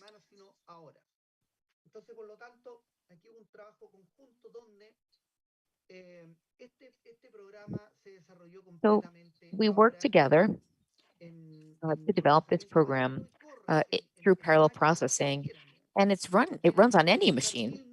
If you want to use 1,000 nuclei, you can do that. The software is the new software that is technically feasible. It's non-script. Bien, ¿cómo está estructurado este MMF? So how is this MMF structured? Well, first of all, we did not change the original structure of the model. We just updated the libraries and programmed it to work in parallel with several cores. So this basic outline of the model, if you follow it, is quite linear because that's how the model works. There's a section with the entry data, all the predictive variables that we will use, which are environmental variables, and the occurrence variables of the pest, disease, or whatever we are modeling. Additionally, there's obviously a structure that reads and records the model. These are also entered data, so the folders where I record and I save into my computer, and the folders where I read from, and the folders where the program and the modules of the program are saved. So once I've entered the predictive variables and occurrences, it automatically assigns the environmental values to occurrences, and this creates a database. A database is automatically created because predictive variables overall are matrices, they're rasters, and occurrences are point files in the sense that it's a geographic information system. So this module, for each of those occurrence points, creates the vector with environmental features. It also creates another type of database, if you will, with the environmental values in background. So everything that is not part of the occurrences is background here. And it also creates random points where in those places, the likelihood of finding a species is almost zero. The other module, once I've created the databases for occurrences and background, everything that is not occurrences, then the system immediately divides 75% for the model or calibration and 25% of data later used to validate the model. So this allocation is random. Once I have those 3 or 4 groups of files, models come in. And here we have 10: bioclim, domain, GLM, GAM, CART, NNet, random forest. I won't be able to look at them one by one. Of course, I don't have the time. But once those are run, they give me output data in a file or a folder. So first of all, it creates the model. By this, I mean the algorithms and the executions of everything related to the model. And so with that, I can later add new variables and take that model to create an ideal map for each species without having to calculate everything little by little. That's quite useful. Before, we used to do this a lot in Max. We had what we saw with Roberto before, the lambda, which were the coefficients for the maximum entropy model. And then only with the lambdas, we took the results and created the resolution we wanted for model output. We could have a kilometer, 250 meters, or 90 meters. After that, you have the evaluation. You look at performance of the model, R-square, AUC, area under the curve, etc. Todos los test estadísticos que me definen So all the statistical tests that define model performance. Then we have the projections or predictions. These are suitability maps. And we have another output, which are the thresholds. Based on what threshold of probability or likelihood will I find the species? And finally, the normalized predictions. If we have 10 models, you might ask yourself, which of these should I use? And that is actually a very good question. I cannot really answer that either. Because that's complicated, the MMF model helps us create ensembles or bringing together models. And for that, it has several algorithms. The one that has the best statistical performance is a type of ensemble. Another one is the weighted average. The 10 models, and you do a weighted average of performance. And then also a model that creates the maximum value or the maximum likelihood. Then the normalized vote, which takes all calculated thresholds by all 10 models divided by all the number of models. So it's standardized. And finally, consensus, taking all ensembles and giving us a linear average as we know it. So ensembles are quite interesting from the point of view of giving decision makers a whole range of potential solutions. So decision makers are the ones who end up choosing the scenario or scenarios based on their working group's expertise, which could be the best model to adopt for a given country. So what's an ensemble? It's a series or set of models traditionally linked to machine learning, where each of the models produces a different prediction. But each model is not too bad or too good. Each model has a bit of truth in it. So by having these ensembles, you combine and bring together all scenarios numerically to create a single consensus prediction. And this is an interesting result of MMF. And here we have Ray Kroc on screen. He's not the founder of McDonald's. He's the founder of McDonald's Corporation. And when I first went to a McDonald's at the very entrance, you would see this man's face in relief. And there was the phrase, none of us is as good as all of us together. So that's basically what that numerical consensus ensemble is. It brings together the best of everyone to create an algorithm, a single output. So for the background and everything that is not part of the presence or occurrence, it is calculated as follows, if you would like to do so. You have the real occurrences here, the presence, and the model generally creates an area of influence over the occurrences and creates areas where there's a maximum likelihood of finding the species. Outside of that area, it's all background. And that's basically what I mentioned before. So what environmental variables could I use? There are several variables, but historically speaking,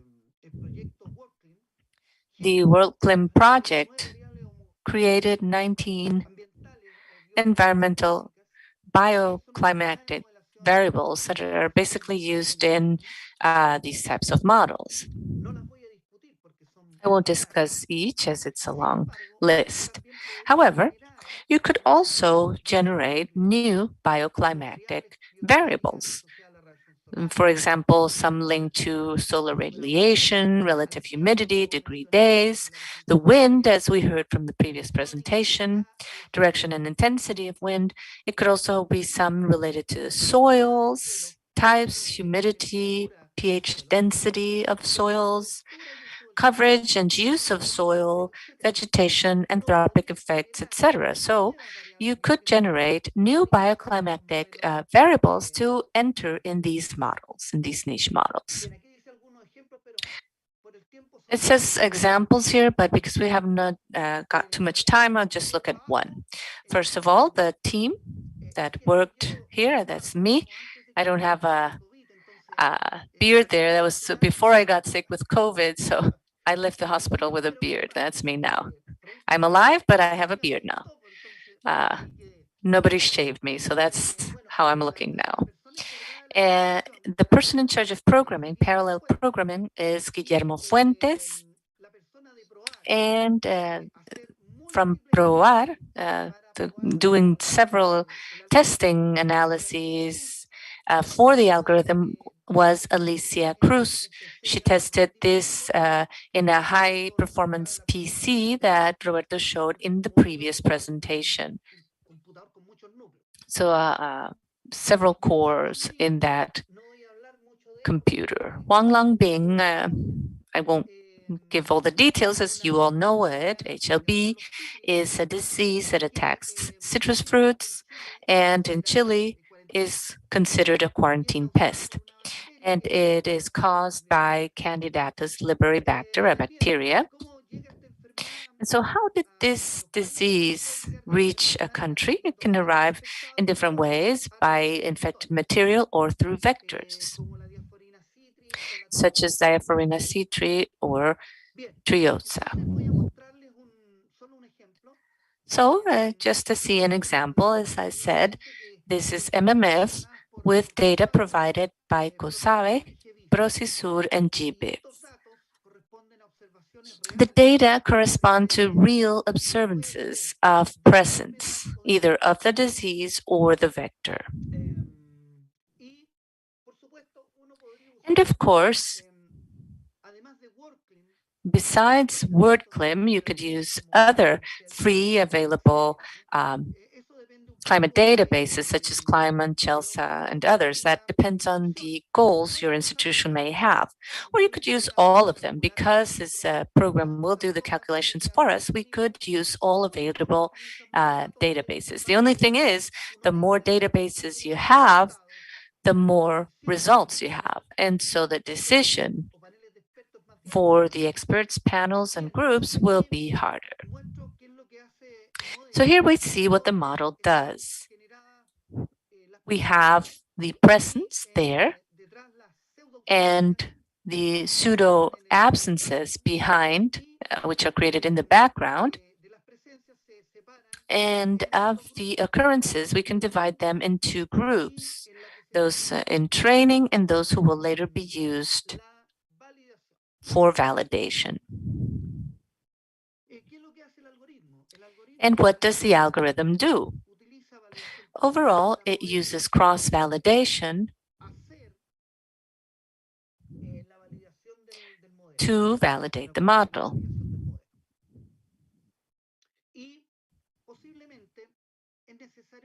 And it may be possible to perform several iterations.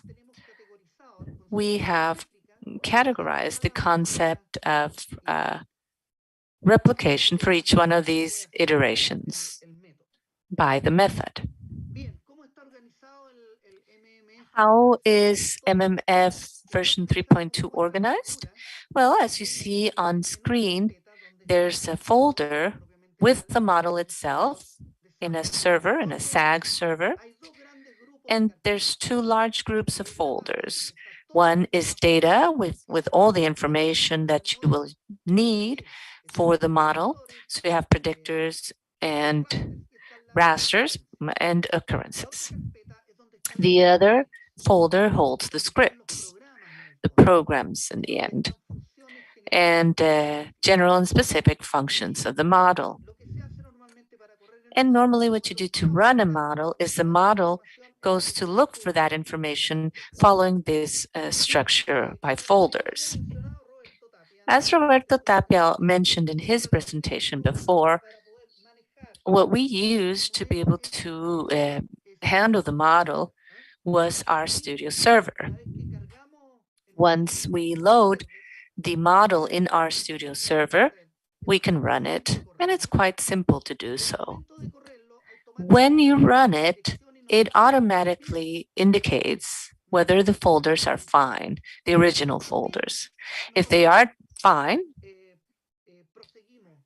we proceed. Select and continue. Here then we would have the occurrences file, the ones that will be used by algorithms to calculate the niche or the likelihood of establishment. Just as an example, here we see the databases that the system loads with the points of occurrences observed. To the right, you will have the bioclimate variables and the groups to which they belong. So calibration group, validation group, occurrence, or the background, everything that is not occurrence. So the structure is already there for the model. We have the databases that are kept in that folder. Then we have data sets, which are databases that build the MMF from the original databases, the rasters and occurrences. Then you will have each of the models run sequentially, after which you would see the results for each model, evaluation of each model, prediction of each, thresholds found by each model, and then normalized. And finally, the routine that calculates ensembles to give us that consensus layer. This is how you would see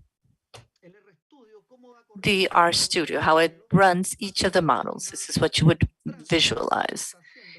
And it shows you how the process is running.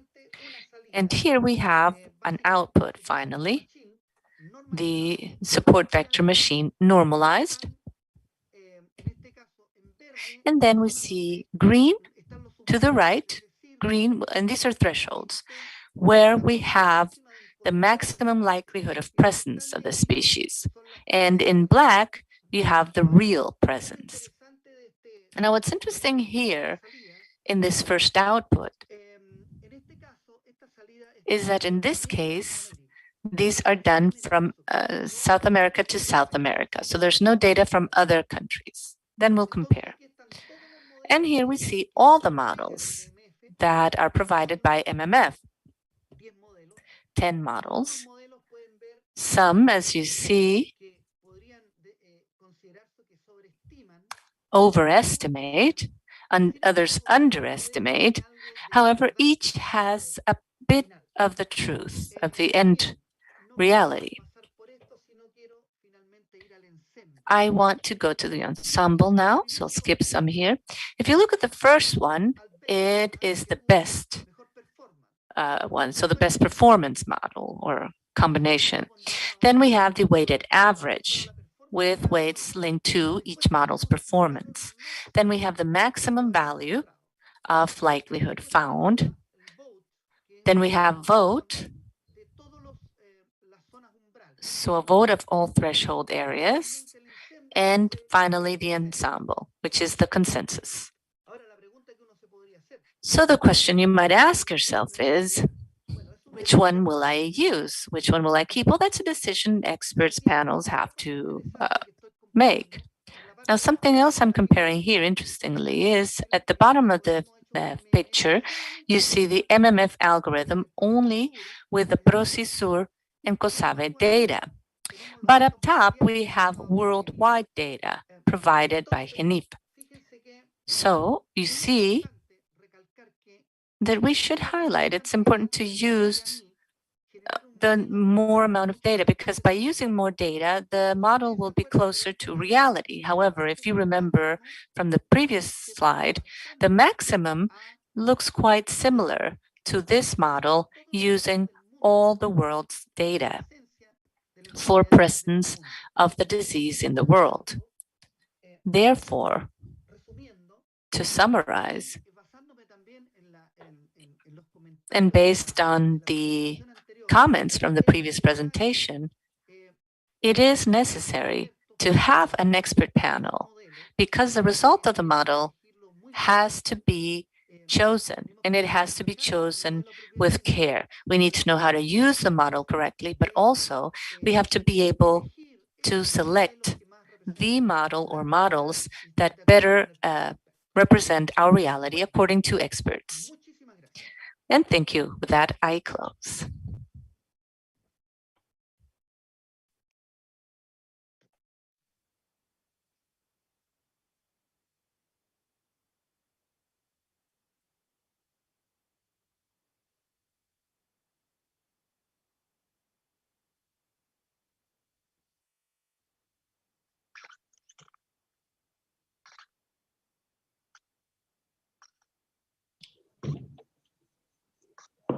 Natalia.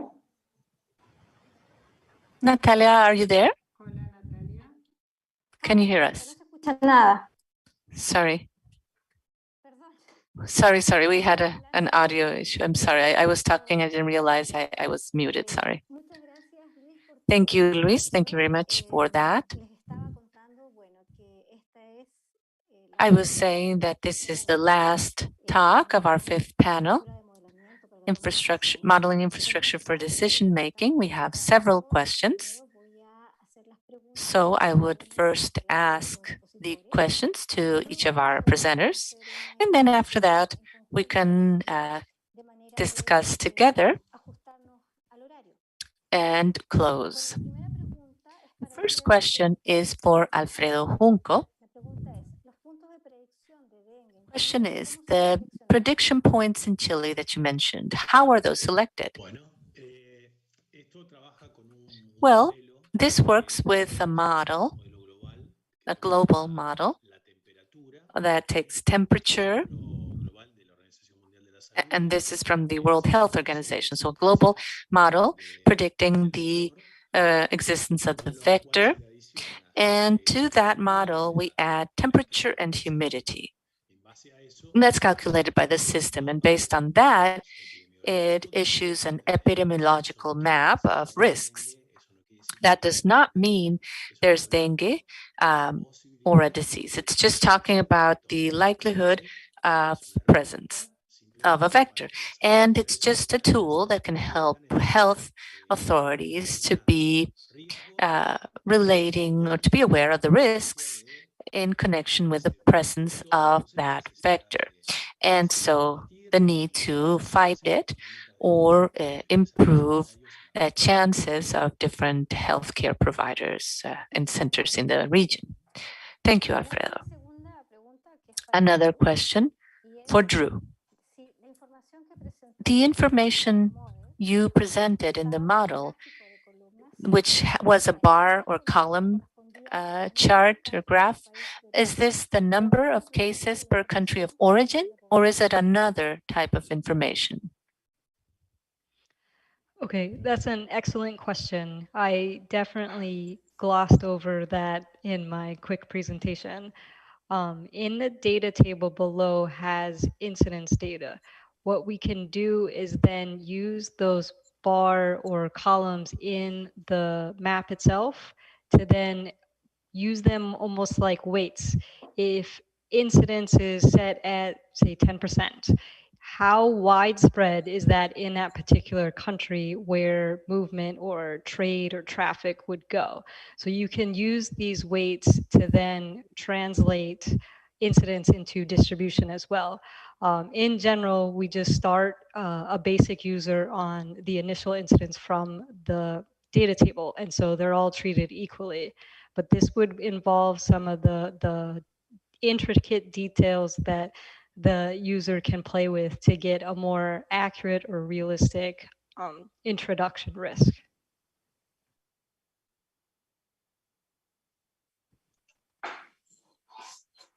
Muchas gracias, Drew. Thank you, Drew.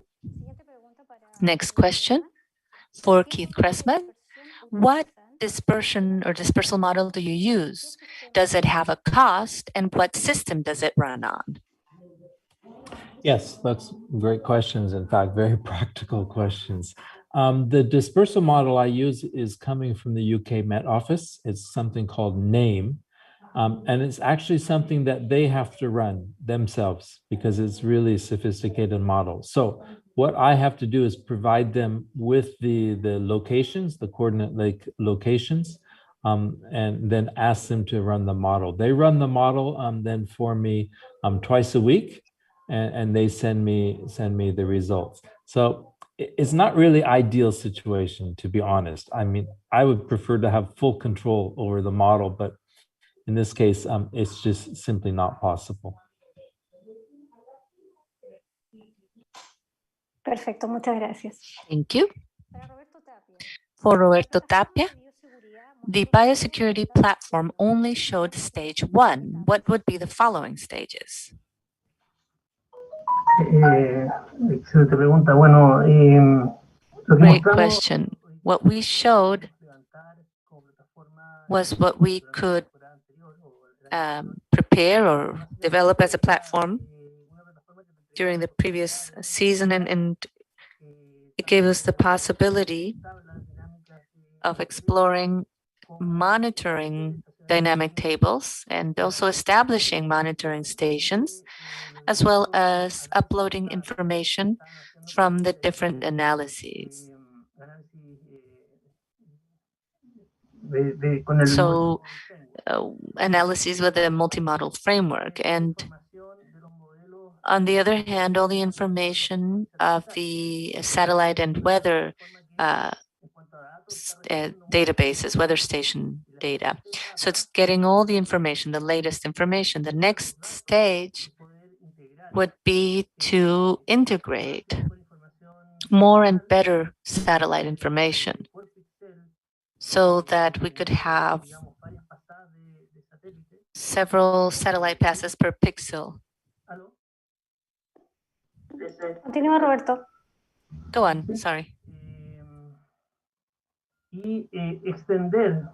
And to extend the area of influence of the system to enhance the analysis, but also to share the system capabilities for the region. And also the platform on biosecurity, it will integrate regional information. So what we don't have from Chile can be found in Argentina, Brazil, Uruguay. And so to analyze the biosecurity risk, we need to share the integrated information throughout the region, different risk factors, and anything that could be calculated in Argentina and neighboring countries will also help feed into our risk models, will improve our capacity to predict greater risk of introduction. Muchas gracias, Roberto. Thank you so much, Roberto, for your answer. For Dr. Posny, how feasible is it to carry out this airborne risk model and use it in a region or a country? That's a great question about the introduction risk model. Dr. Wakilo and I presented a little bit more details about it in the previous panel 4. But what we've done, and we've published a paper on that we've seen these human-mediated pathways where they're bringing plant material, plant pests, along with human diseases, right?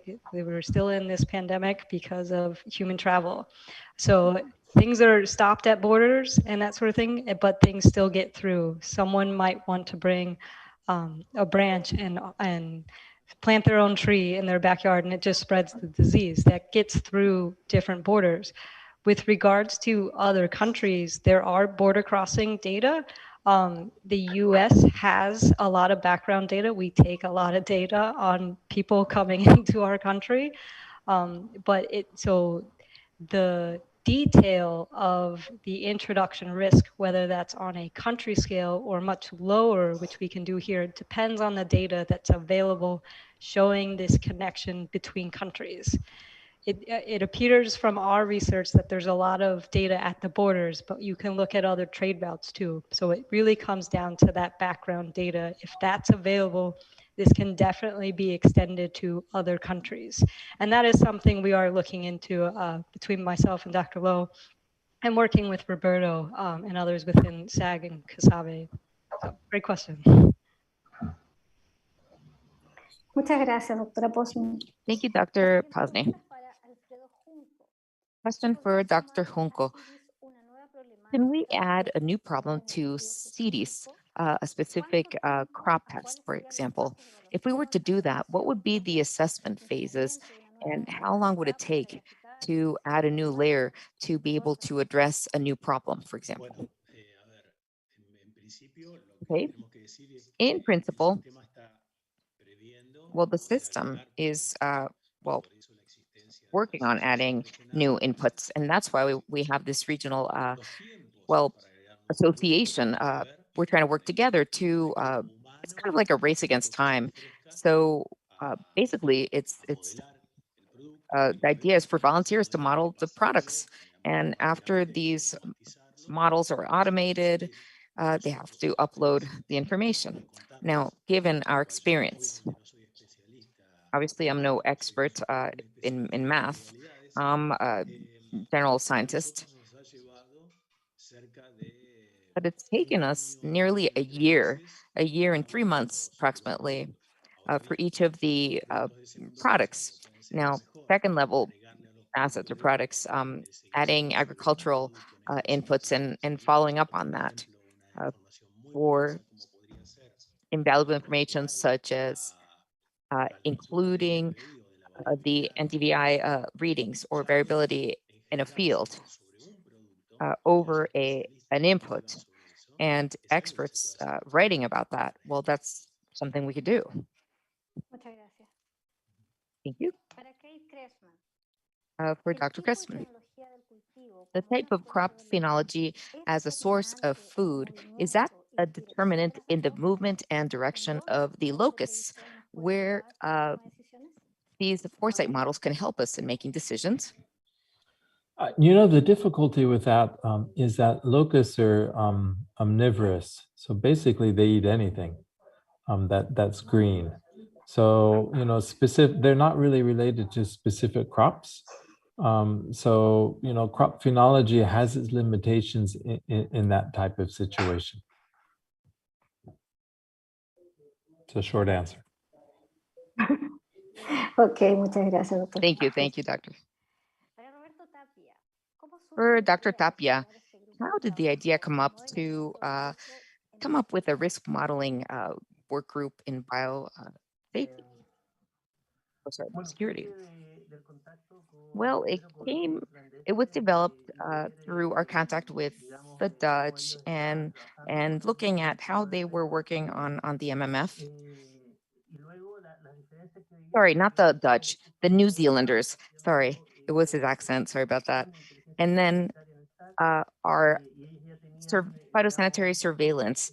And so was this concept of biosecurity that was integrated, and they had been working on this for so long now. So we began to emulate them, let's say. We contacted them.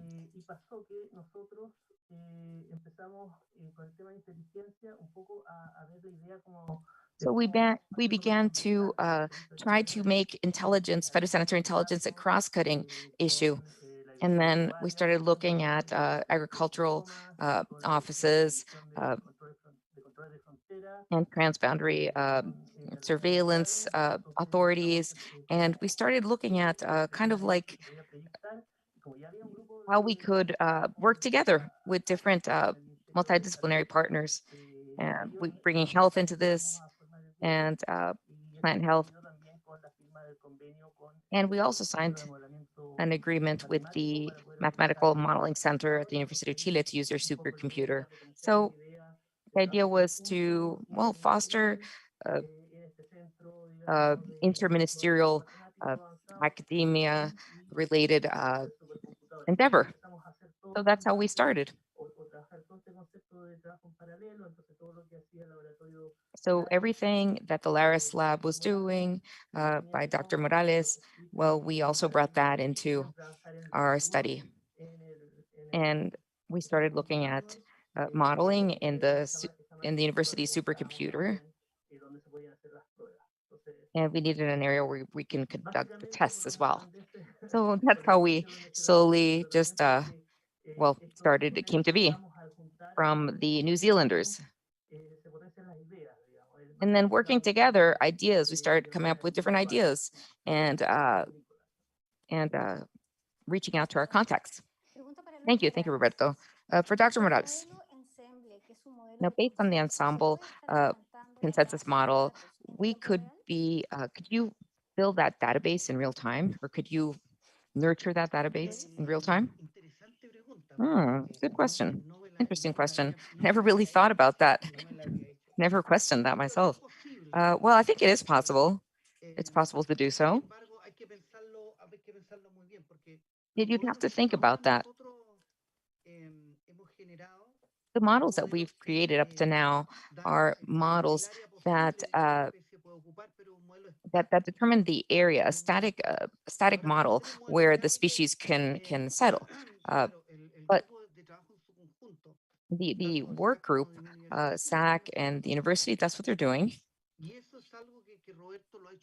And Roberto did that sometimes, some time ago with Lovicia Botrana, where you can come up with that type of information and mapping in real time. But given these models, I'm really not sure yet. I haven't tried it. Okay, thanks. Another question for you, Dr. Morales.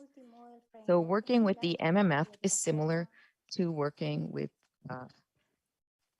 the platform, with the open model platform. What is the statistical criteria for selecting the best models that will become part of the ensemble?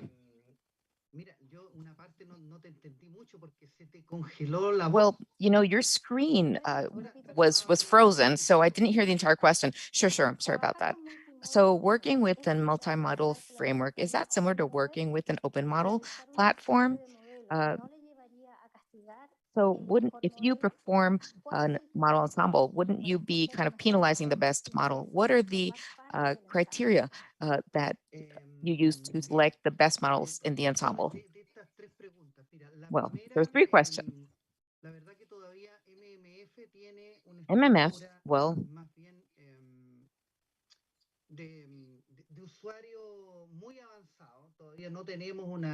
MMF really doesn't, we don't have an interface right now with a regular user. It's more for more advanced level users. So I couldn't respond to the first question yet. Now, the second part of the question, wouldn't you be, well, the third question, which is easier to answer. So what we do now,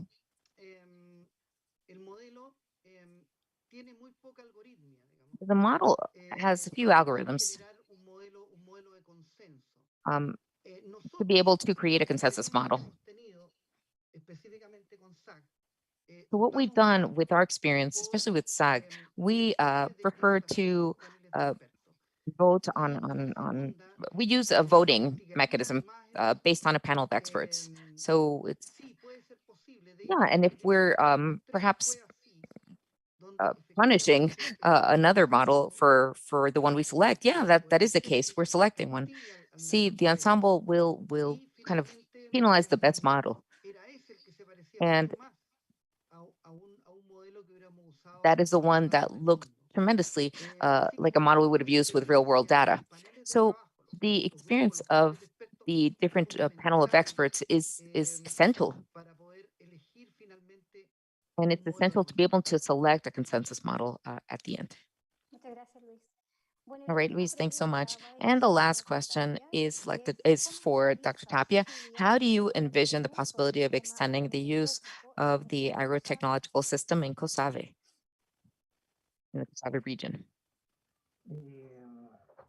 Bueno, yo creo que de todas maneras, digamos, el sistema agrometeorológico. I think that the agro satellite meteorological model we've been using, it would benefit from working throughout the region by having more data, weather-related data from different countries in the region, and of course, that input would improve the modeling capacities within the system tremendously. I think that it really requires more stages, more political participation. In Chile, when we worked together with the RPF project, we didn't work together with the different country meteorological stations. Everyone was working well as a silo. So as a result of the project, the Ministry of Agriculture was asked to help us kind of incorporate information and work together and INEAs. And so different agencies started coming on board. And that has grown through time. And so we have direct access to the different databases.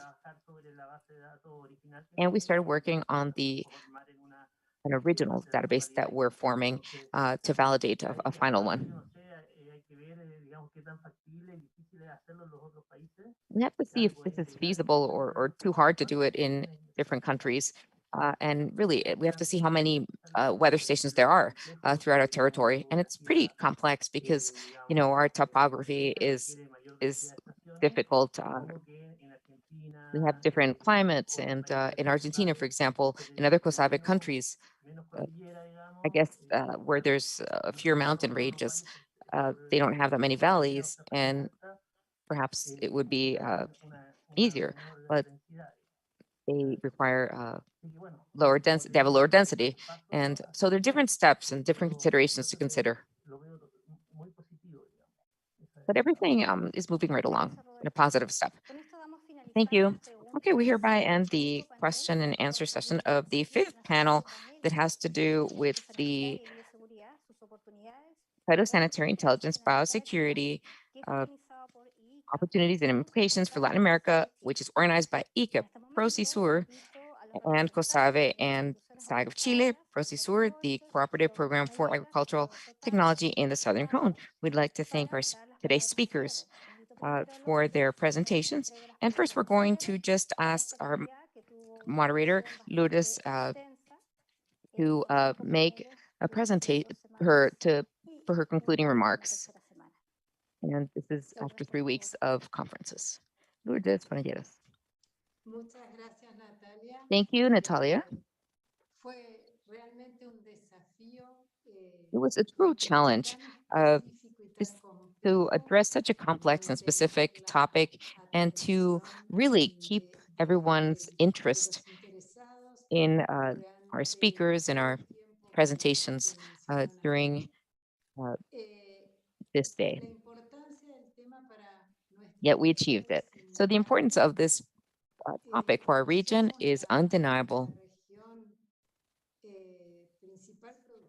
We are the main food producer in the hemisphere, one of the main exporters throughout the world. We are a great food supplier, a global food supplier, that is. So we cannot continue to work with dated tools regarding prevention and care of our crop production. Now, there are many gaps throughout the region. We know that. There are many, shortcomings, different levels of development, especially from country to country.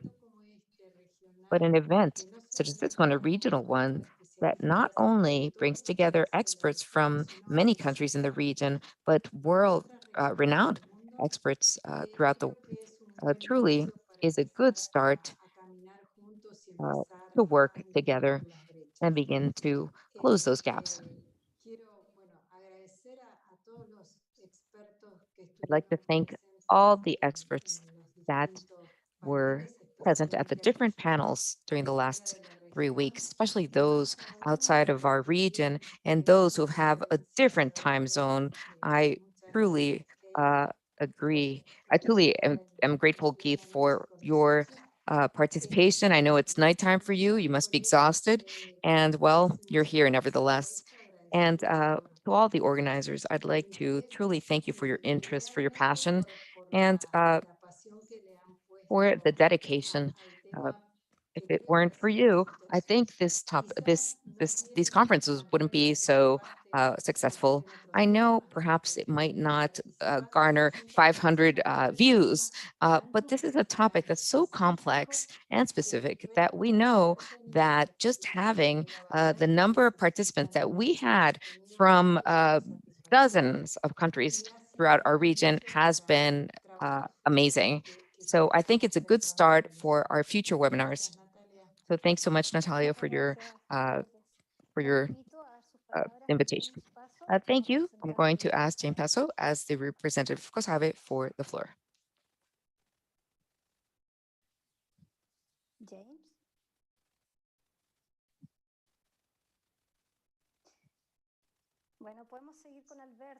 Well, let's continue with Alberto in the meantime. Well, Alberto, would you mind taking the floor?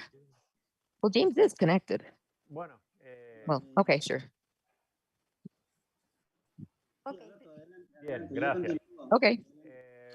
Yo quiero All right, you go ahead. I'll go last. Well, I'd like to thank Natalia, Lourdes, and James, and I'd like to thank all of the speakers for their commitment, for their participation, and their openness and the care with which they presented, well, their presentations, their patience in responding and just staying connected. It's such an achievement for the region, and holding this type of workshop on this topic that is so, well, complex. I noted last week that this time we're dealing with something we always, we do need in the region. And I'm not going to speak about other conferences, but this is a topic that we really need to address. And perhaps we can develop multinational groups as a result. Why not? You know, we're virtual now, and PROCISUR has so many people on board from different countries. So why not take advantage and get together with the INYAs, sorry. And this is an essential topic for us. Everything we addressed was pertinent. Modeling, it's really a black hole we have to look at and address. So I'd like to thank again the speakers that made more than 2 presentations or 2 or more. Thank you so much for being a good sport and good sports and dealing with that. This is all recorded and allowing us to record you as well, because many people are viewing these presentations in an asynchronous manner. So if you didn't connect, we know that individuals will look at this. We'll look at this in the future. And the idea is to be able to apply our learning to our region. So we're truly happy for the invitation and for your accepting our invitation and this series of conferences as well. Okay? Thank you, Natalia. Cesar de la Cruz, the president of COSAVE's board of directors, hereby sends his greetings. I'd like to thank everyone for their participation and all of the attendees as well for their presence at these series of 5 panels. I'm so happy to see Luis and Drew and, well, Roberto, Kate, and not Kate, Keith, sorry, and Alfredo. And thank you so much for the time you've taken for your preparation, for, well, your patience. You've been university professors really for us. We've learned definitely learned more practical information, more especially regarding Huanglongbing and locusts. So we now commit to the region to continue to make headway in this realm. As Lourdes says, we are all at different phases, but an overall decision has been made by the Objectives Committee by COSAVE to include phytosanitary intelligence as part of the topics that we address. That's why we're holding these types of extension events. In this way, we'll grow as a region and overcome those gaps that the different countries of the region have and continue to make headway. So thanks again. And we hope to perhaps have you with us at future events. Thank you. Thank you, James. And I would like to ask Dr. Tapia, as representative of the SAG, to just give some final remarks.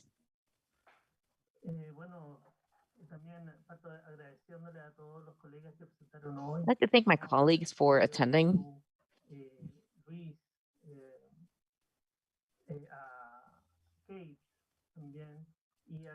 And the entire team that organized this event and that provided support for Lourdes.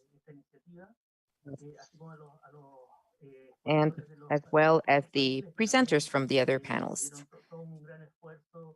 This is the result of a big effort to be able to deliver information that is pertinent and relevant to our different country contexts.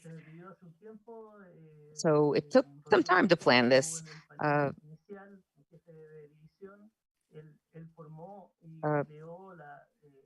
the first panel, I remember that, well, one of our speakers mentioned that phytosanitary intelligence was a topic that needed much time to address. We needed to be able to, well, develop our creativity and reach out to our neighbors and perhaps be able to obtain a better know-how to make the right phytosanitary intelligence decisions. And that was the idea of this series of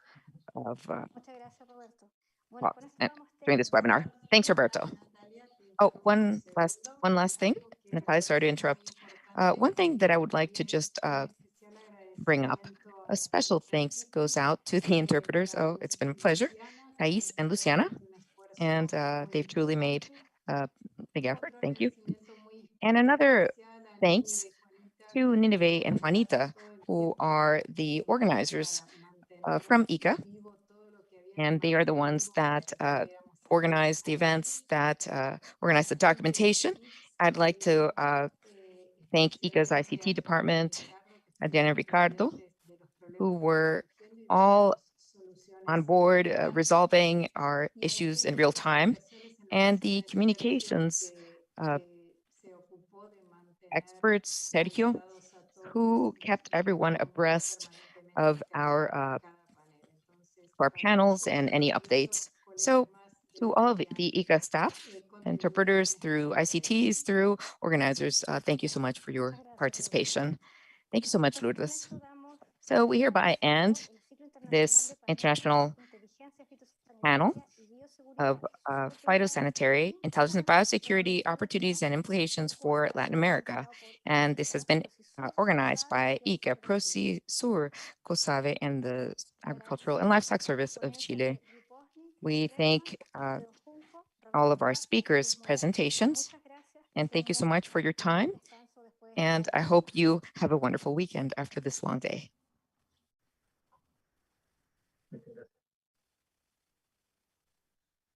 Muchas gracias.